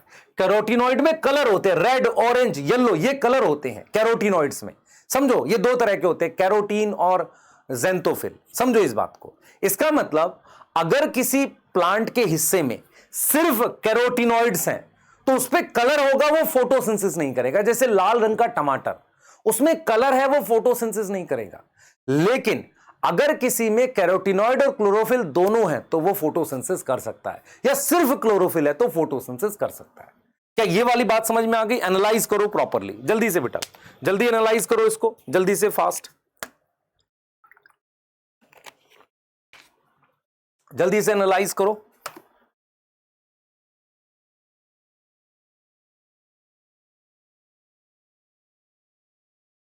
आवाज देख लेते हैं, हाँ ठीक आ रही है। चलिए आगे का डिस्कस करते हैं फटाफट से। तो हमने बेटा जो है प्लास्टिड्स की बात करते हैं। देखो प्लास्टिड्स क्या होता है एक बार जल्दी से देखना, क्योंकि मैंने जो पिगमेंट का आपको बताया ना तो वो चीज होगा। देखो प्लास्टिड्स क्या होते हैं, प्लास्टिड्स जो है हम 3 टाइप के पढ़ते हैं, क्लोरोप्लास्ट, क्रोमोप्लास्ट। तो क्लोरोप्लास्ट एक टाइप ऑफ प्लास्टिड होता है और ये कहाँ मिलते हैं, एनसीईआरटी लिखती है found in all plant cell. ये बड़ी इंपॉर्टेंट लाइन लिखी है उसने, ऑल प्लांट सेल, क्या सारे प्लांट सेल में मिलती है। एंड यूग्लिनॉइड्स, यूग्लिनॉइड्स क्या होते हैं, यूग्लिना है ना, प्रोटिस्टा होते हैं ये। तो पूरा का पूरा प्लांट सेल का मतलब ये एल्गी में भी मिलेगा, है ना, एल्गी में मिलेगा, ब्रायोफाइट में मिलेंगे, टेरिडो में मिलेंगे, है ना, जिम्नो में मिलेंगे, टेरिडो, जिम्नो और एनजीओ में भी मिलेंगे, जिम्नो और एनजीओ में भी मिलेंगे। ये चीज समझ में आ रही है, यहां मिलेंगे। उसके अलावा इसका ऑल प्लांट सेल लिखने का मतलब है ये रूट में मिलेंगे, स्टेम में मिलेंगे और लीफ में मिलेंगे, सभी तरह के सेल्स में मिलेंगे। तो प्लास्टिड जो होते हैं ना बेटा, वो सभी तरह के प्लांट सेल्स में मिलते हैं, सभी तरह के प्लांट सेल्स में मिलते हैं। इन्हें हम प्लास्टिड्स कहते हैं, ठीक है, इन्हें हम क्या बोलते हैं, प्लास्टिड्स बोलते हैं। अब क्या है जो मैं आपसे यहां पे डिस्कस करूंगा, अगर आपको माइटोकॉन्ड्रिया का साइज याद है, वो 1 से 4 माइक्रोमीटर था उसका, मतलब लेंथ जो बताई थी। ये थोड़े बड़े होते हैं बेटा, ये क्या होते हैं, थोड़े बड़े होते हैं। मतलब आप समझो ध्यान से, ये 4 से 10 तक हो सकते हैं, है ना, या 5 से 10 माइक्रोमीटर इनका ये साइज होता है। तो 1 से 4 तो इसका ये होता है, 5 से 10 माइक्रोमीटर इसकी ऐसे लेंथ होती है। अगर मैं शेप की बात करूं प्लास्टिड्स की, तो आपको ये दिखेगा कि एक तो ये लेंस शेप होते हैं। मैं आपसे एक सवाल पूछता हूं, देखो मान लो कोई स्ट्रक्चर है, ऐसा शेप है, ठीक है, लेकिन कोई स्ट्रक्चर में ऐसी शेप है, किसमें ज्यादा आसानी से लाइट पेनिट्रेट करेगी, सर इस वाले में। तो थोड़ा सा ये लेंस शेप होते हैं, फ्लैट होते हैं, डिस्क शेप होते हैं, लेंस डिस्क, है ना, फ्लैट भी हो सकते हैं, समझ में आ रहा है, रिबन शेप हो सकते हैं, ठीक है, रिबन शेप है, मतलब अलग अलग शेप मिलती है इनकी, रिबन शेप है। और जैसे क्लमाइडोमोनास है ना, उसमें कप शेप के होते हैं, कप शेप के किसमें होते हैं, क्लमाइडोमोनास में। तो आपको ये समझना पड़ेगा कि भाई नॉर्मल प्लांट सेल में तो ये लेंस शेप के, थोड़ा सा फ्लैट टाइप के, डिस्क टाइप के हो सकते हैं, लेकिन क्लमाइडोमोनास जो है ना, उसमें ये कप शेप के होते हैं। तो एल्गी में क्या होता है, एल्गी में अलग अलग शेप होती है, एल्गी में ज्यादा वेरिएशन मिलती है, मोस्ट वेरिएशन इन शेप। सबसे ज्यादा वेरिएशन शेप में हमें किसमें मिलती है, एल्गी में मिलती है कि नहीं, बताओ, सोचो खुद से। तो कंपैरेटिवली माइटोकॉन्ड्रिया थोड़े फ्लैट होते हैं, है ना, और इनका ये डायमीटर 1 से 4 लिखा है, लेकिन ये लेंथ अच्छी खासी होती है ना। एक बच्चा कहेगा सर ये लेंथ तो कम थी भाई, पर इसकी ये वाली लेंथ देख, माइटोकॉन्ड्रिया मान ले ऐसा है, ध्यान दियो बेटा, माइटोकॉन्ड्रिया कुछ इस तरीके का है ना, तो उसकी ये वाली लेंथ भी तो कम है, तो ऐसा है माइटोकॉन्ड्रिया, ठीक है, क्लियर है, लेकिन ये थोड़े से फ्लैट होते हैं, सही है, आगे चलेंगे। अब मैंने आपसे एक चीज समझानी है कि हमने यहां पर प्लास्टिड्स वर्ड लिखा है, ठीक है, आपसे मैं ये सवाल जानना चाहता हूं, क्या ये माइक्रोस्कोप में विजिबल होंगे? हाँ सर, दिखेंगे। कौन से वाले में? लाइट माइक्रोस्कोप में। क्या मुझे स्टेनिंग की जरूरत पड़ेगी? तो जो क्लोरोप्लास्ट होते हैं और क्रोमोप्लास्ट होते हैं उनमें स्टेनिंग की जरूरत नहीं पड़ती।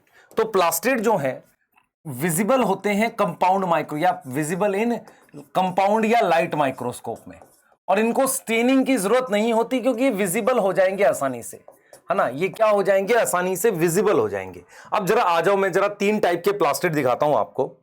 जब हम प्लास्टिड की, नोट करना बेटा आपने, जब हम प्लास्टिड की बात करते हैं तो हमारे पास 3 तरह के प्लास्टिड्स हैं। एक वो प्लास्टिड है जिसपे कोई कलर नहीं होता, ये वो प्लास्टिड्स हैं। इनको हम व्हाइट कलर या मानते हैं कि इनमें कोई कलर नहीं है, कोई कलर नहीं, इन्हें ल्यूकोप्लास्ट कहते हैं, है ना। ये कैसे होते हैं? कलरलेस होते हैं, तो इनको स्टेनिंग की जरूरत पड़ेगी। ये कलरलेस होते हैं, ठीक है, ठीक है। ये स्टोरेज प्लास्टिड है। ये क्या करते हैं? स्टोरेज करते हैं चीजों का। मतलब क्या हुआ? अगर प्लांट ने सेल के अंदर कुछ बनाया है, उसको स्टोर करके रखना है, तो इन्हें इस प्लास्टिड में रखते हैं, स्टोरेज प्लास्टिड कहते हैं। और ये क्या होता है कि ऑन द बेसिस ऑफ क्या स्टोर करेंगे, ऑन द बेसिस ऑफ कि क्या स्टोर कर रहे हैं, स्टोरेज। ये खुद 3 तरह के होते हैं। एक ए, हम नाम लिखते हैं अमाइलो। अमाइलो क्या है बेटा? आप समझो, प्लास्ट जो है ये इसके लिए, अमाइलो का मतलब होता है अमाइलम। अमाइलम क्या है? स्टार्च का एक और नाम होता है। तो अगर स्टार्च स्टोर कर रहा है, स्टार्च स्टोर करने वाला है, तो उसको हम नाम दे देते हैं अमाइलोप्लास्ट। फिर दूसरे टाइप के प्लास्टिड्स होते हैं ल्यूकोप्लास्ट में, जिसे हम कहते हैं एल्यूरोनो। एल्यूरोन लेयर आपने सुनी होगी, एल्यूरोनोप्लास्ट सर नहीं सुनी। आप आगे जाके पढ़ोगे कि एल्यूरोन लेयर एक टिश्यू होता है एंडोस्पर्म सीड के अंदर, उसके बाहर की बाहरी परत होती है। उस एल्यूरोन लेयर जो है वो प्रोटीन की बनी हुई है। तो ये क्या है? ये प्रोटीन स्टोर करेंगे। क्या करेंगे? प्रोटीन स्टोर करेंगे, ठीक है। और एक और होता है हमारे पास इलाइलो। इलाइलोप्लास्ट जो होता है वो ऑयल स्टोर करते हैं, मतलब फैट स्टोर करते हैं, ठीक है। इन तीनों में कलर नहीं होता, है ना, इन तीनों में कलर नहीं होता, इसलिए ल्यूकोप्लास्ट कलरलेस प्लास्टिड है। एक तरीके से स्टोरेज करते हैं। और मैं फिर बोल रहा हूं, ये छोटे हो सकते हैं, बड़े हो सकते हैं, तो इनकी शेप और साइज बहुत वेरिएबल होती है। शेप एंड साइज क्या होता है? वेरिएशन होती है। सही है सर। अब आओ जरा ध्यान से सुनेंगे। अब हमारे पास अलग अलग टाइप के प्लास्टिड हैं ये, ठीक है, जिनमें रेड कलर हो सकता है, ऑरेंज हो सकता है, या हमारे पास येलो हो सकता है, ठीक है, कुछ भी कलर हो सकता है। और एक और प्लास्टिड्स हैं जिनमें हमारे पास ग्रीन कलर होता है, थोड़े बड़े भी होते हैं, उसे क्लोरोप्लास्ट कहते हैं, ठीक है। तो ये वाले जो क्रोमोप्लास्ट है, ये मेरे पास कलर्ड प्लास्टिड है अदर देन ग्रीन। तो कलर्ड प्लास्टिड कौन सा कलर? येलो, ऑरेंज और रेड। अब मैं आपसे जानना चाह रहा हूं, येलो, ऑरेंज, रेड कौन सा पिगमेंट था? तो इनमें क्या प्रेजेंट होते हैं? कैरोटिनॉइड्स होते हैं। इनमें क्या होते हैं? कैरोटिनॉइड्स प्रेजेंट होते हैं। इन प्लास्टिड में कौन से पिगमेंट है? तो अगर आपसे कोई पूछे क्रोमोप्लास्ट में पिगमेंट है क्या, कोई पिगमेंट है, आप लिखोगे यस। कौन सा वाला है? कैरोटिनॉइड है। तो कैरोटिनॉइड वो पिगमेंट होता है जिसमें क्लोरोफिल नहीं, जो कलर देता है, ठीक है। अब क्या होगा? ये प्रेजेंट होंगे उस पार्ट में, प्रेजेंट इन फ्रूट में हो सकते हैं, फ्लावर में हो सकते हैं, है ना, प्लांट के उस पार्ट में होते हैं, या येलो लीफ में हो सकते हैं, है ना। और ये एक्चुअल में क्या करते हैं? अट्रैक्ट करते हैं पॉलिनेटर को। पॉलिनेटर समझ में आता है? जो इंसेक्ट को अपने पास बुलाता है, मतलब पॉलिनेटर कौन है? इंसेक्ट है। तो इंसेक्ट को ये अपने पास बुलाते हैं कलर दिखा के। जैसे फॉर एग्जांपल फ्रूट है, आप समझो ध्यान से। फ्रूट में कलर इसलिए होता है कि एनिमल उसे खाकर अलग अलग जगह स्प्रेड कर दे, तो उसमें कलर इसलिए लाते हैं कि वो लीफ से अलग दिखे। मेरी बात समझ में आई? बीज फैलाने के लिए। फ्लावर में क्या चाहिए होता है? पॉलिनेशन करनी होती है, तो उसके लिए कलर है। तो कैरोटिनॉइड जो होते हैं वो किसमें जरूर होंगे? फ्लावर में। और किसमें ज्यादा और होंगे बेटा? फ्रूट में जरूर होंगे। अब ये क्या है? क्लोरोप्लास्ट है। इसमें क्या होता है? इसमें क्या कैरोटिनॉइड नहीं होते? होते हैं। तो इसमें क्या होगा बेटा? कैरोटिनॉइड प्लस क्लोरोफिल दोनों होते हैं। तो क्लोरोफिल भी होते हैं प्लस कैरोटिनॉइड भी होते हैं, पर ज्यादा क्लोरोफिल होते हैं। तो क्या ये फोटोसिंथेसिस करेंगे? यस, फोटोसिंथेसिस करेंगे, यस। और ये क्या होंगे, ग्रीन पार्ट में होंगे। ये किस में होंगे, ग्रीन पार्ट में होंगे। प्लांट का चाहे स्टेम हो, लीफ हो, रूट हो, प्लांट का कोई भी ऐसा हिस्सा जो हरा है उसमें क्लोरोप्लास्ट होगा। क्लोरोप्लास्ट में क्लोरोफिल और कैरोटिनॉइड दोनों होता है। क्लोरोफिल की वजह से वो फोटोसिंथेसिस कर पाते हैं, कैरोटिनॉइड मदद करता है, हेल्प करता है। यहां कैरोटिनॉइड का काम है कलर के थ्रू चीजों को अट्रैक्ट करना। तो आपने ये देखा कि type of plasmid on the basis of colour दे रहा हूं मैं, on the basis of pigment दे सकता हूं कि भाई एक ऐसा प्लास्टिड है जिसमें पिगमेंट होते ही नहीं है, उसे ल्यूकोप्लास्ट कहते हैं, सिर्फ स्टोरेज करता है। एक ऐसा प्लास्टिड है जो कि जिसमें ऐसा पिगमेंट होता है जो फोटोसिंथेसिस नहीं कर सकता, और एक ऐसा है जिसमें क्लोरोफिल और कैरोटिनॉइड दोनों प्रेजेंट होते हैं। क्लियर है कि नहीं? ठीक है। अब जरा मैं प्लांट में देखता हूं, ध्यान से देखना। मैंने आपको एक लाइन लिखवाई थी अभी कि यार जो लीफ होती है ना, लीफ जो है या प्लांट का वो पार्ट, आप समझना ध्यान से। मैंने आपको एक लाइन लिखवाई थी, मैंने बोला था कि यार प्लांट का एक पार्ट है ना जिसमें बेसिकली क्या होता है, समझना इसे। मैंने एक लाइन लिखवाई थी कि प्लांट के हर एक सेल में प्लास्टिड्स मिलते हैं। तो क्या रूट में प्लास्टिड होगा? अब देखो, रूट में लाइट पड़ती है नहीं, तो रूट एक तरीके से कलरलेस या ब्राउन कलर की होती है। तो इसमें कौन से प्लास्टिड हो सकते हैं? ल्यूकोप्लास्ट, स्टोरेज प्लास्टिड हो सकते हैं। स्टेम में भी मान लो ब्राउन हो गई तो ल्यूकोप्लास्ट। अब जो ग्रीन स्टेम होगी ना, इसमें हो सकता है क्लोरोप्लास्ट क्रोमोप्लास्ट दोनों हो। अब जैसे फ्रूट है तो फ्रूट में कौन सा प्लास्टिड होगा? क्रोमोप्लास्ट होगा।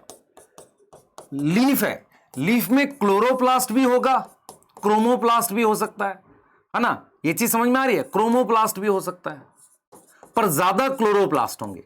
मैं आपको सिर्फ यह समझाने की कोशिश कर रहा हूं कि आप प्लांट के हर एक सेल में, रूट सेल में भी प्लास्टिड है, पर वो स्टोरेज प्लास्टिड है।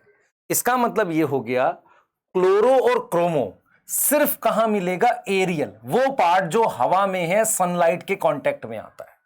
ल्यूकोप्लास्ट नीचे भी मिल सकता है, लीफ में भी मिल सकता है। ऐसा नहीं कि लीफ में स्टोरेज नहीं होती, होती है, तो वहां भी ल्यूकोप्लास्ट मिल सकता है। आपको समझ में आ रहा है? ये यहां भी मिल सकता है। जैसे मैं आपको एक एग्जांपल देता हूं, स्टार्च कहां मिलता है आपके खाने में? सर चावल में मिलता है। और कहां मिलता है? पोटैटो में। तो जो आलू होता है ना, आलू के अंदर बहुत सारा ल्यूकोप्लास्ट होता है। और आलू आपको पता है कहां मिलता है? जमीन के नीचे। तो जमीन के नीचे अगर कोई प्लास्टिड मिलता है प्लांट के हिस्से में, तो वो कौन सा मिलता है? ल्यूकोप्लास्ट। एयर वाले में क्लोरो और क्रोमो दोनों हो सकता है। अब जैसे मान लो फ्रूट है तो उसमें क्लोरोप्लास्ट ना के बराबर होगा। फ्लावर है, क्लोरोप्लास्ट नहीं होगा। लेकिन लीफ है, उसमें तीनों तरह के प्लास्टिड मिल सकते हैं, स्टोरेज भी होगा, क्रोमो भी होगा, क्लोरो भी होगा, पर क्लोरो ज्यादा है, फोटोसिंथेसिस ज्यादा कर रहे हैं। क्लियर है? बोलो।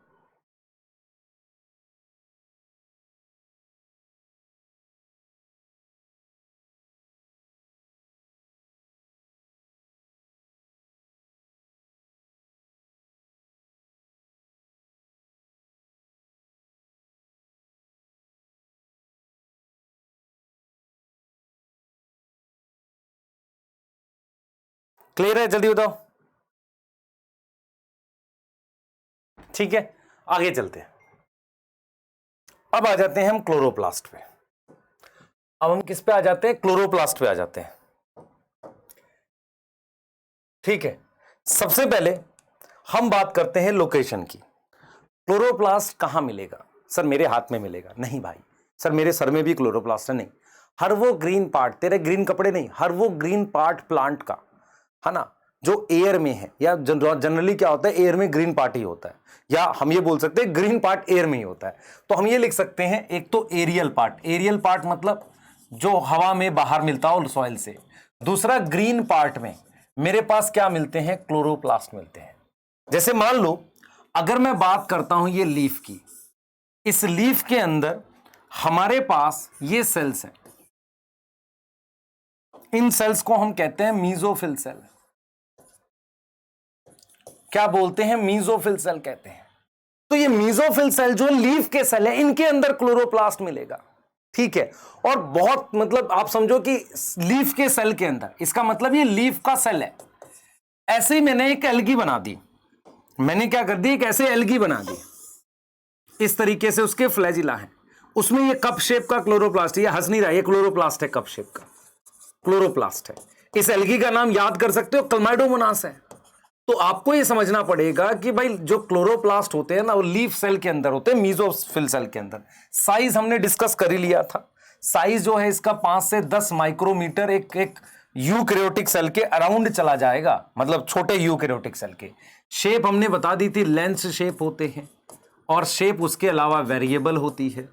अब जरा नंबर की बात कर लेते हैं। भाई एक सेल में क्या एक क्लोरोप्लास्ट होता है? अगर मैं बात करता हूं मीजोफिल सेल की, जो मेरे पास एक लीफ का मीजोफिल सेल है, ठीक है, इस मीजोफिल सेल में लगभग मेरे पास 20 से 40 क्लोरोप्लास्ट होते हैं। क्लियर है? कितने होते हैं? 20 से 40। और जो मेरे पास क्लमाइडोमोनास है, क्लमाइडोमोनास में मेरे पास एक क्लोरोप्लास्ट होता है। क्लमाइडोमोनास क्या है? एल्गी है एक तरीके की। कैसी? Green algae. उसमें एक क्लोरोप्लास्ट होता है। एक बच्चा कहेगा सर प्रोटिस्टा होता है। हाँ, प्रोटिस्टा में ही रखते हैं इसे, लेकिन पढ़ने के लिए एल्गी में रखते हैं। तो नंबर की अगर हम बात करें, मीजोफिल सेल में 20 से 40 क्लोरोप्लास्ट हैं, क्लोमाइडोमोनास में एक होता है। इसका मतलब सेल के हिसाब से क्लोरोप्लास्ट की संख्या, है ना, संख्या चेंज होती रहती है। पर क्लोरोप्लास्ट थोड़े फ्लैट टाइप के स्ट्रक्चर होते हैं, ताकि क्या हो सके, ताकि उन पे लाइट पड़ सके। एक इंटरेस्टिंग फैक्ट बताता हूं। मान लो ये मीजोफिल सेल है, this one is mesophyll cell. इस मीजोफिल सेल में एनसीईआरटी ने बताया है कि जब लाइट पड़ती है सीधी ऐसे, मान लो लाइट टेढ़ी आती है तो क्लोरोप्लास्ट खुद को ऐसे लगा लेते हैं, ये क्लोरोप्लास्ट है। लेकिन लाइट जब सीधी आती है दोपहर में ऐसे, आफ्टरनून में, तो क्लोरोप्लास्ट खुद को इस तरीके से लगाते हैं, है ना। तो इसका मतलब क्लोरोप्लास्ट सेल में लाइट के हिसाब से अपनी पोजीशन बदलते रहते हैं। ऐसा नहीं है कि क्लोरोप्लास्ट की पोजीशन फिक्स होती है। जबकि अगर आपने पिछले लेक्चर्स देखे हैं, उनमें मैंने बात करी है, एंडोमेम्ब्रेन सिस्टम में सबकी पोजीशन फिक्स है। न्यूक्लियस के बाद ईआर है, ईआर के बाद गोल्जी बॉडी है, फिर लाइसोसोम है। पर यहां पर क्लोरोप्लास्ट अपनी जगह, अपनी पोजीशन चेंज करता रहता है with respect to light. Clear है? With respect to light. ठीक है, अब हम आ जाते हैं स्ट्रक्चर की बात करते हैं, क्लोरोप्लास्ट के स्ट्रक्चर की बात करते हैं। ये क्लोरोप्लास्ट की आउटर मेम्ब्रेन है, ठीक है सर। किसकी बनी होगी? लिपिड की। और इस पर भी मेरे पास पोरिन्स होते हैं। क्या होते हैं? पोरिन्स। ये इसकी इनर मेम्ब्रेन है। सही है। आपको ये जान के हैरानी होगी कि क्लोरोप्लास्ट भी एटीपी बनाता है। बहुत सारे बच्चे इस बात को नहीं जानते, एटीपी भी बनाता है। पर क्या तुम्हारी बॉडी के सेल में क्लोरोप्लास्ट है? नहीं, वो तो प्लांट में होता है। ठीक है, तो प्लांट में एटीपी क्लोरोप्लास्ट के अंदर भी बनती है। अब इधर ध्यान देना बेटा, क्लोरोप्लास्ट में क्या होता है, ऐसे मेम्ब्रेन के बने हुआ एक स्ट्रक्चर होता है, ऐसा पतला सा मेम्ब्रेन का। इसको हम थाइलाकॉइड कहते हैं। क्या कहते हैं? थाइलाकॉइड। जब ऐसे कॉइन की तरीके से बहुत सारे थाइलाकॉइड ऐसे लग जाते हैं, तो इस सिंगल स्ट्रक्चर को ग्रैनम कहते हैं। क्या बोलेंगे? ग्रैनम। सही है। तो इसका मतलब बहुत सारे इस तरीके से मेम्ब्रेन के बने हुए स्ट्रक्चर्स होते हैं। ऐसा क्यों किया जाता है क्लोरोप्लास्ट में? क्योंकि क्लोरोप्लास्ट में एक डिवीजन ऑफ लेबर, एक काम का बंटवारा मिलता है। क्लोरोप्लास्ट में आपने पढ़ा था कभी क्लास 10th में, लाइट और डार्क रिएक्शन के दो प्रोसेस होते हैं। तो ये जो जगह है, इस जगह को हम कहते हैं स्ट्रोमा। तो इसमें शुगर बनता है, यहां डार्क रिएक्शन होता है। उसके अलावा इस लिक्विड में यहां पर इनका अपना डीएनए भी होता है, जैसे माइटोकॉन्ड्रिया में था, वही सर्कुलर और मेरे पास डबल स्ट्रैंडेड डीएनए। राइबोसोम भी होते हैं, है ना, राइबोसोम भी होते हैं। तो आपको यह समझना पड़ेगा कि यहां जो लिक्विड है उसे स्ट्रोमा कहते हैं, जिसमें फोटोसिंथेसिस का डार्क रिएक्शन होता है। अब लाइट रिएक्शन का मतलब होता है कि पिगमेंट लाइट की एनर्जी को पकड़े। तो वो पिगमेंट क्लोरोप्लास्ट में कहां होते हैं, जरा ये सोचो। वो पिगमेंट क्लोरोप्लास्ट में थाइलाकॉइड की मेम्ब्रेन पर लगे रहते हैं। इसका मतलब हमें यह समझना पड़ेगा कि जब हम क्लोरोप्लास्ट के अंदर जाते हैं तो एक मेम्ब्रेन के बने हुए सिस्टम होते हैं, जिसे ये मान लो मैंने दो ये क्या बना दिए, ये भी थाइलाकॉइड बना दिया। अब ये एक और थाइलाकॉइड है जो इन दोनों के बीच में, इसको हम कह सकते हैं इंटरग्रेनल, या ऐसे ही मैंने मान लो एक और थाइलाकॉइड बना दिया इंटरग्रेनल, या कई बार इसको स्ट्रोमल लैमिली भी कह देते हैं। स्ट्रोमल लैमिली मतलब ये ग्रेना का पार्ट नहीं है। तो ये जो थाइलाकॉइड है ये पार्ट ऑफ ग्रेना है। What is grana? काफी सारे थाइलाकॉइड ऐसे ग्रुप में लगे हुए हैं। ये पार्ट नहीं है ग्रेना का, ये स्ट्रोमा के पार्ट, मतलब स्ट्रोमा में एक तरीके से आ रहा है। तो हम ये आपको समझाने की कोशिश कर रहे हैं कि क्लोरोप्लास्ट एक ऐसा स्ट्रक्चर है जहां पर फोटोसिंथेसिस करके क्या बनाया जाता है, खाना बनाया जाता है। उसके लिए क्लोरोप्लास्ट में बाहर से CO2 एंटर करती है। दूसरी चीज आपको ये समझनी पड़ेगी कि फोटोसिंथेसिस के 2 स्टेप होते हैं, लाइट और डार्क रिएक्शन। लाइट रिएक्शन में फोटोसिंथेसिस, लाइट रिएक्शन में क्या किया जाता है, हम क्या करते हैं, ये जो पिगमेंट्स हैं ये लाइट एनर्जी को पकड़कर पानी को तोड़ते हैं। तो आपको ये समझना पड़ेगा कि क्लोरोप्लास्ट में पानी की भी जरूरत पड़ती है ना, पानी की जरूरत पड़ती है और यहां से ऑक्सीजन बाहर निकलती रहती है।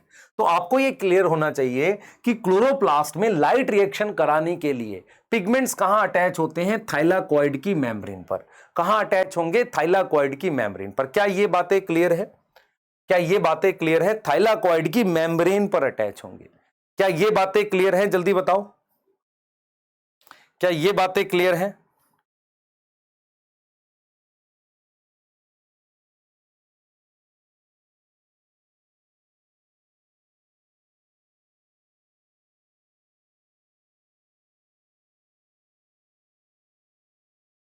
ठीक है, ठीक है, क्लियर है। अब जरा ध्यान से देखना, ध्यान से देखना, मैं यहां पर कह रहा हूं ये थाइलाकॉइड की मेम्ब्रेन है, इस पर ये पिगमेंट लगे हुए हैं। ये थाइलाकॉइड की मेम्ब्रेन है, इस पर पिगमेंट लग जाएंगे, यहां पिगमेंट लग जाएंगे, ये जगह को हम स्ट्रोमा कह रहे हैं। तो हमने कहा कि फोटोसिंथेसिस के 2 स्टेप हैं, लाइट रिएक्शन और dark reaction. Light reaction thylakoid की मेम्ब्रेन पर होंगे क्योंकि यहां पिगमेंट लगे होंगे, क्लोरोफिल, कैरोटिनॉइड, और यहां पर मेरे पास वो एंजाइम होते हैं जो डार्क रिएक्शन के होते हैं। डार्क रिएक्शन फाइनली शुगर बनाता है। क्या ये बातें क्लियर है? उसके अलावा क्लोरोप्लास्ट के स्ट्रोमा में खुद का डीएनए और राइबोसोम भी होता है, और राइबोसोम 70S होता है। आउटर मेम्ब्रेन पर पोरिन्स होते हैं, inner membrane normal lipid bilayer की फॉर्म में होती है। क्लियर है? और आउटर मेम्ब्रेन एनसीईआरटी कहती है ड्यू टू पोरिन ज्यादा परमिएबल है। तो जरा बात कर लेते हैं। मेरे पास 2 तरह की मेम्ब्रेन है, एक है आउटर और एक है इनर। ये जो आउटर मेम्ब्रेन है इस पर पोरिन्स नाम की प्रोटीन होती है। ठीक है, अब आपको मैंने यहां पर लिखा है मेम्ब्रेन सिस्टम, तो हम ये लिखते हैं कि थाइलाकॉइड प्रेजेंट होते हैं। थाइलाकॉइड किसके बने हुए हैं? मेम्ब्रेन के। थाइलाकॉइड प्रेजेंट है जिस पर क्या होगा, पिगमेंट अटैच होते हैं। आपको पता है कौन से पिगमेंट की बात कर रहा हूं, क्लोरोप्लास्ट, सॉरी, कैरोटिनॉइड और क्लोरोफिल की पिगमेंट अटैच होते हैं। थाइलाकॉइड अगर क्या होगा, पाइल ऑफ कॉइन, कॉइन के मतलब जैसे सिक्के लगाते हैं ना, ऐसे एक थाइलाकॉइड, 2 थाइलाकॉइड, 3 4 ऐसे कॉइन की तरीके से, पाइल ऑफ कॉइन की तरीके से होते हैं, उसे ग्रेनम कहते हैं। ठीक है, 2 टाइप से लगते हैं थाइलाकॉइड। एक होता है ग्रेनल, जो ग्रेना का पार्ट है, जो किसका पार्ट है, ग्रेनल थाइलाकॉइड। और एक हो सकता है जिसे इंटरग्रेनल या स्ट्रोमल लेमिली कहते हैं। एनसीईआरटी ने ऑल दो इसे दोनों को अलग बताने की कोशिश की पर एक ही जैसा होता है ये। दूसरी चीज क्या है बेटा, इनमें मेरे पास क्या होगा, लाइट रिएक्शन होता है। लाइट रिएक्शन क्या होता है, फोटोसिंथेसिस में, क्योंकि पिगमेंट मेरे पास थाइलाकॉइड में प्रेजेंट है, तो लाइट रिएक्शन मेरे पास कहां होगा, अकर ऑन थाइलाकॉइड। वो कहां होगा, थाइलाकॉइड में होगा। अब जैसे हमने क्या लिखा था, माइटोकॉन्ड्रिया में मैट्रिक्स थी, यहां स्ट्रोमा जो है वो प्रेजेंट है। यहां क्या प्रेजेंट है, स्ट्रोमा प्रेजेंट है। क्लियर है, क्या प्रेजेंट है, स्ट्रोमा प्रेजेंट है। अब ये स्ट्रोमा क्या होता है समझना, व्हाट इज स्ट्रोमा, ये स्ट्रोमा क्या होता है। ठीक है, व्हाट इज स्ट्रोमा, तो स्ट्रोमा क्या होता है जरा समझेंगे हम इस बात को समझेंगे कि स्ट्रोमा क्या होता है। ठीक है, स्ट्रोमा क्या होता है इस बात को हम समझेंगे। सबसे पहले ध्यान देंगे, स्ट्रोमा क्या होता है हमारे पास, वो एक फ्लूइड है हमारे पास, एक्वस। ठीक है, एक्वस रीजन है, limit by inner membrane, inner membrane से लिमिट हो रहा है। वहां पर क्या होगा बेटा, enzyme for dark reaction, enzyme होंगे किसके, डार्क रिएक्शन के। डार्क रिएक्शन का सबसे इंपॉर्टेंट एंजाइम होता है रुबिस्को। आप जब बायोमोलिक्यूल पढ़ोगे तो मैं पढ़ाऊंगा कि ये इंपॉर्टेंट एंजाइम है। तो डार्क रिएक्शन में क्या बनता है, प्रोडक्ट क्या बनता है, कार्बोहाइड्रेट। एनसीईआरटी ने लिखा है कि कार्बोहाइड्रेट और प्रोटीन होती है स्ट्रोमा में, बनती है। उसके अलावा मेरे पास डीएनए, कैसा डीएनए? सर्कुलर, जैसा कि माइटोकॉन्ड्रिया में है। डबल स्ट्रैंडेड, सिंगल, ऐसा डीएनए भी प्रेजेंट होता है। ठीक है, ऐसा डीएनए भी प्रेजेंट होता है। एक इंपॉर्टेंट पॉइंट क्या है कि यहां पर राइबोसोम भी होते हैं। कौन से वाले? एनसीईआरटी लिखती है छोटे होते हैं, एटीएस से, स्मॉलर। ठीक है, और क्या होगी यहां? प्रोटीन सिंथेसिस होगी। तो आपने यहां पर एक इंपॉर्टेंट बात सीखी कि मैट्रिक्स में क्या क्या होता है। पहला, मैट्रिक्स में डार्क रिएक्शन होता है जिसमें रुबिस्को नाम का एंजाइम होगा और कार्बोहाइड्रेट बनेगा। दूसरा, क्योंकि डीएनए प्रेजेंट है तो प्रोटीन सिंथेसिस भी होगी। क्या मेरी बात समझ में आ रही है? क्लियर है? तो ये क्लोरोप्लास्ट है। आपको क्लोरोप्लास्ट के बारे में पता होना चाहिए। क्लोरोप्लास्ट में बाहर से पानी एंटर करता है, CO2 जो है CO2 एंटर करती है और फाइनली ग्लूकोज बनता है। और उसमें बेटा मेरे पास बाहर क्या निकलता है? ऑक्सीजन। अगर आपको माइटोकॉन्ड्रिया याद हो तो उसमें बाहर से क्या ऐड करेगा? फूड, पाइरुवेट एंटर करता है। क्या बाहर निकलती है? CO2। क्या यूज होती है? ऑक्सीजन यूज होती है। ये समझ में आ रहा है? हाँ सर, ये समझ में आ रहा है। तो कौन कौन से एंजाइम क्लोरोप्लास्ट में? जैसे हमारे पास क्या होगा? ऑन थाइलाकॉइड मेम्ब्रेन या इन थाइलाकॉइड मेम्ब्रेन। बताओ, थाइलाकॉइड की मेम्ब्रेन पर कौन से? अभी हमने कहा था light reaction, for light reaction, light reaction. दूसरा, इन मैट्रिक्स, मैट्रिक्स में कौन है? सॉरी, मैट्रिक्स नहीं, स्ट्रोमा। स्ट्रोमा में कौन है? डार्क रिएक्शन के लिए, जिसका नाम क्या है? जिसका नाम क्या है? सबसे इंपॉर्टेंट एंजाइम रुबिस्को। इसके अलावा प्रोटीन सिंथेसिस के लिए जो भी चाहिए, मान लो डीएनए से आरएनए बनाना है ना, तो प्रोटीन सिंथेसिस के लिए जो भी चाहिए वो सारी चीजें हमारे पास होती हैं। ठीक है, क्लियर है? अच्छा, इतना सब पढ़ के मुझे एक बात तो समझ में आई कि क्लोरोप्लास्ट और माइटोकॉन्ड्रिया में काफी ज्यादा समानता होती है, सिमिलरिटी भी है। साइज का फर्क है, माइटोकॉन्ड्रिया थोड़ा छोटा है, क्लोरोप्लास्ट क्या है? थोड़ा बड़ा है, पर कहीं ना कहीं कुछ समानता है। उस समानता में अगर मैं ध्यान से बताऊं, दोनों का अपना डीएनए है, तो क्या दोनों सेमी ऑटोनोमस हैं? सेमी ऑटोनोमस का क्या मतलब होता है? क्या खुद का खाना बना सकते हैं? नहीं, सॉरी, क्या इसका डीएनए सारी प्रोटीन इनकी अपनी बना सकता है? नहीं, इनको कुछ प्रोटीन बाहर से चाहिए। तो दोनों सेमी ऑटोनोमस है। दोनों कैसी हैं? डबल मेम्ब्रेन है। दोनों में क्या होता है? डीएनए होता है, डबल स्ट्रैंडेड डीएनए है, और वो डीएनए कैसा है? सर्कुलर है। ठीक है, और इनमें राइबोसोम होता है। राइबोसोम कौन से वाला है? 70S राइबोसोम है। क्लियर है? कौन सा राइबोसोम है? 70S राइबोसोम है। तो कहीं ना कहीं आपको दिखेगा कि काफी ज्यादा समानता है माइटोकॉन्ड्रिया और क्लोरोप्लास्ट में। ठीक है, लेकिन कुछ डिफरेंसेस भी हैं। अगर मैं डिफरेंसेस की बात करूं तो क्या क्या डिफरेंसेस हैं? माइटोकॉन्ड्रिया जो है वो लगभग सभी तरह के सेल में मिलता है। Present in most eukaryotic cell. और ये कहां प्रेजेंट है? Present in plant cell and euglenoids. ठीक है, तो ज्यादा तरह के सेल्स में माइटोकॉन्ड्रिया मिलता है। ये एटीपी क्या करेगा? प्रोड्यूस करता है। ठीक है, एटीपी तो खैर क्लोरोप्लास्ट भी बनाता है। ये क्या करेगा बेटा? ये यूज करेगा ऑक्सीजन, प्रोड्यूस करता है CO2। ये क्या करेगा? यूज करता है CO2 और प्रोड्यूस करता है क्या? ऑक्सीजन। ठीक है कि नहीं? ये समझ में आ रहा है? और मैं आपको फिर बता रहा हूं कि क्लोरोप्लास्ट और माइटोकॉन्ड्रिया दोनों एटीपी बनाते हैं, पर आपको यह समझना पड़ेगा मेजरली एटीपी तो माइटोकॉन्ड्रिया बनाता है। जैसे प्लांट सेल है एक, जिसमें माइटोकॉन्ड्रिया और क्लोरोप्लास्ट दोनों है, तो वहां ज्यादा माइटोकॉन्ड्रिया की जरूरत नहीं होती, क्योंकि कुछ एटीपी क्लोरोप्लास्ट भी बना लेता है। लेकिन तुम्हारे स्किन सेल में क्लोरोप्लास्ट थोड़ी है, वहां तो मेनली फिर माइटोकॉन्ड्रिया ज्यादा होने चाहिए। ये समझ में आ रहा है कि नहीं? सोचो सोचो सोचो। और मान लो रूट के सेल्स हैं, रूट के सेल्स को एनर्जी की जरूरत होती है, पानी एब्जॉर्ब करने के लिए, ऊर्जा खर्च करनी है उसे, तो कहीं ना कहीं उसमें अच्छे खासे माइटोकॉन्ड्रिया होने चाहिए, क्योंकि उनको एटीपी चाहिए ना, मतलब पानी एब्जॉर्ब करने के लिए। ठीक है, क्लियर है? सही है। अब हम बात कर सकते हैं बेटा, एक अगली ऑर्गेनल है जिसे राइबोसोम कहेंगे, पर एक बार प्लास्टिड्स की बात कर लेते हैं। तो plastids are found in all plant cell and euglenoids. They are easily observe, मैंने कहा था ना माइक्रोस्कोप में दिख जाएंगे, और कलर देते हैं बेटा। प्लांट्स को क्या देते हैं? Colour. On the basis of, मैंने कहा ना टाइप ऑफ पिगमेंट के आधार पे करते हैं, क्लोरोप्लास्ट, क्रोमो और ल्यूको। क्लोरोप्लास्ट में क्लोरोफिल और कैरोटिनॉइड दोनों होते हैं, है ना, और वो ट्रैप कर सकते हैं सनलाइट, ठीक है। और देखो इसने क्या बोला है, इन क्रोमोप्लास्ट फैट सोल्यूबल मतलब soluble in organic solvent, carotenoid pigment होते हैं जैसे कैरोटीन और ज़ैंथोफिल, जो क्या करते हैं बेटा, कलर देते हैं प्लांट को, कौन सा, ऑरेंज रेड।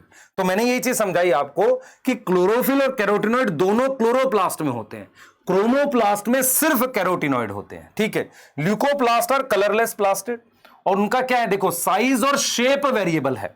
अमाइलोप्लास्ट, इलाइलो, और देख रहे हो ये किसमें, पोटैटो में, कौन सा, अमाइलो, क्योंकि स्टार्च है ना, पोटैटो बताया था। आगे आ जाओ, एल्यूरोनोप्रोटीन, majority of chloroplast green plants में मिलेंगे, ग्रीन पार्ट में।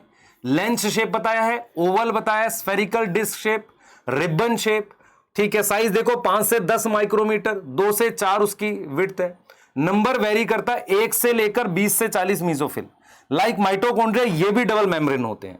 और inner chloroplast is relatively less permeable, बाहर वाले पे पोरिन्स है, आउटर मेम्ब्रेन पे तो वो ज्यादा परमिएबल है। आगे आ जाते हैं, ठीक है। The space limiting by the inner membrane is called stroma, तो इनर मेम्ब्रेन जो स्पेस है उसे स्ट्रोमा कह रहे हैं।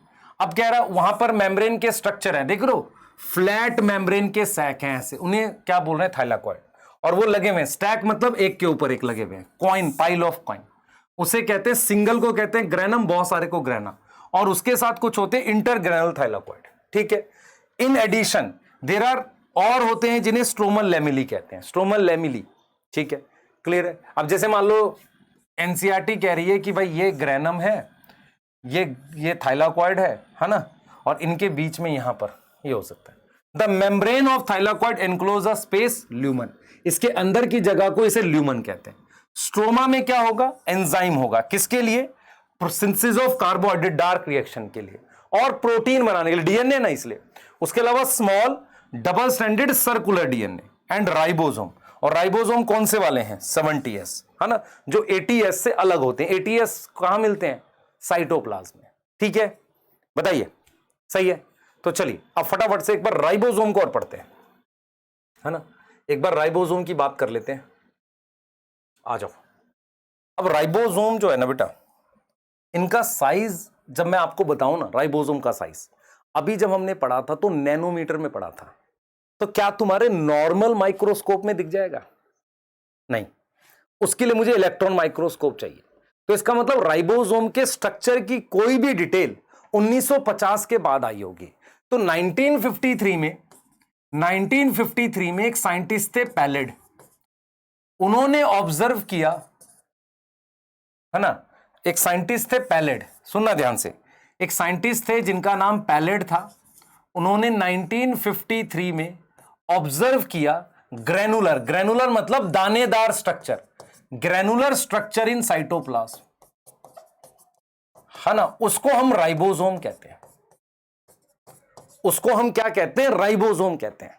ये चीज समझ में आ रही है, क्लियर है। अब जरा मैं पूछूं आपसे राइबोसोम की लोकेशन कहां है, अब जरा देखो, ये एक प्रोकैरियोटिक सेल है, इसके साइटोप्लाज्म में, तो सबसे पहले मैंने लिखूंगा राइबोसोम कहां होता है, प्रोकैरियोटिक सेल के साइटोप्लाज्म में, सही है।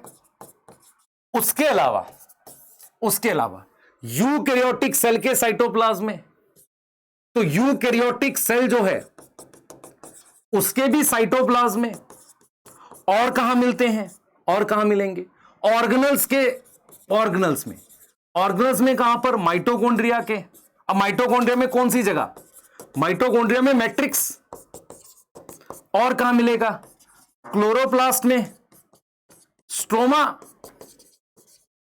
बोलो, क्लोरोप्लास्ट में स्ट्रोमा। तो इस जगह हमारे पास क्या मिलेंगे बेटा, ये चीजें मिलेंगी, क्लियर है कि नहीं, सोचो, सही है। अब आगे की बात करते हैं। अब आप ध्यान से देखें बेटा, ध्यान से देखें, हमारे पास क्या है, ये प्रोकैरियोटिक और यूकैरियोटिक सेल है, ठीक है। इन दोनों में मैं आपको फिर रिपीट कर रहा हूं, राइबोसोम मैंने पहले भी पढ़ाया था, अभी आपको जो स्टार्टिंग के लेक्चर में मैंने बताया था, राइबोसोम का काम होता है प्रोटीन बनाना। अब क्या है, राइबोसोम को प्रोटीन फैक्ट्री कहते हैं।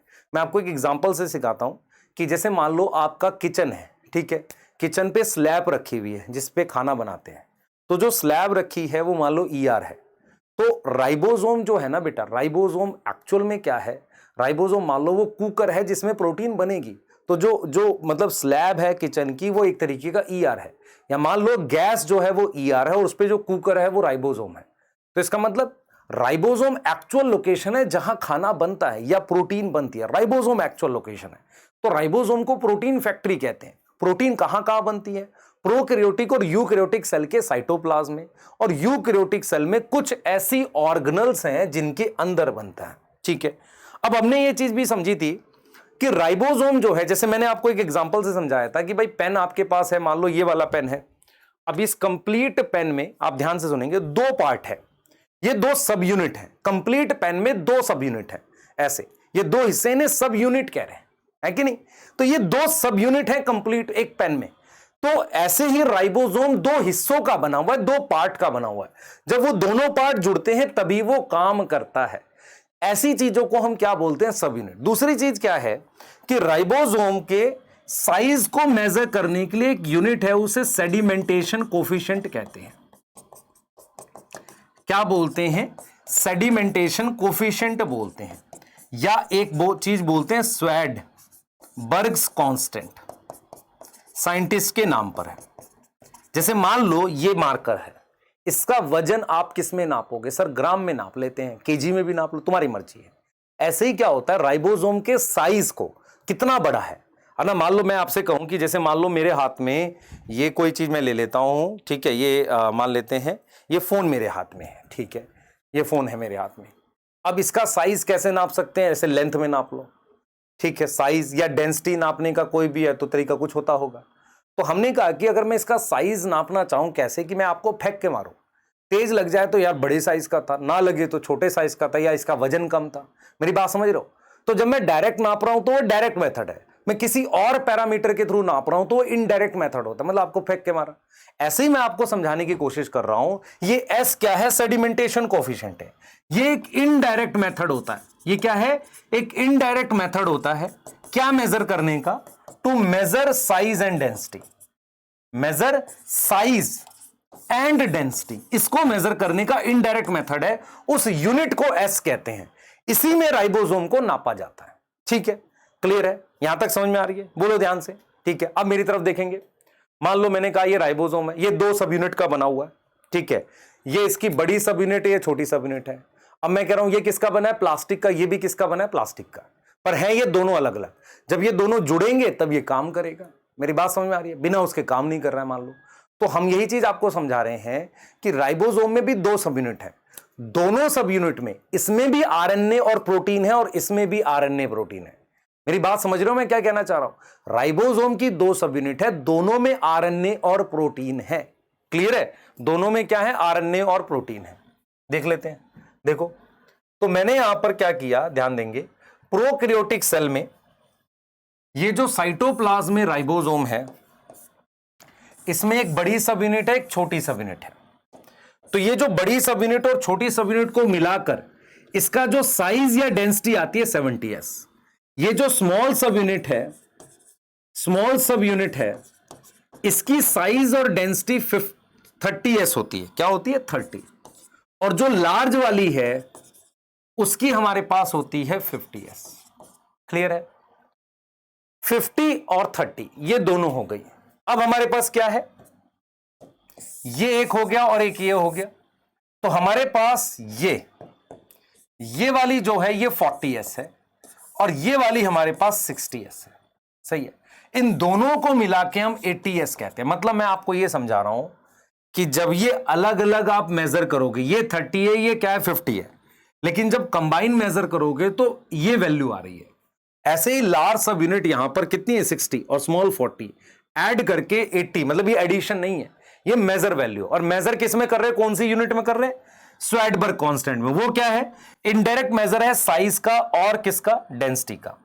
इनडायरेक्ट मेजर है साइज और डेंसिटी का। ठीक है, अब क्या है बेटा, जो मैं अब डिटेल बताऊंगा वो एनसीईआरटी में किसी और चैप्टर में दे रखी है, जैसे मॉलिक्यूलर बेसिस में, पर यहां इसलिए बता रहा हूं ताकि आपको क्वेश्चन गलत नहीं बनना चाहिए नीट में।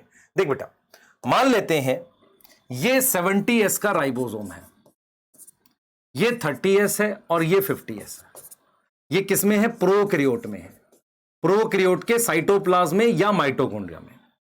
तो हम ये समझेंगे कि इस 30s के अंदर आरएनए है, ये ऐसे इसमें भी आरएनए है ना, इसको कहेंगे राइबोसोमल आरएनए, और साथ में इसमें मेरे पास ये प्रोटीन है, ये चीज प्रोटीन है।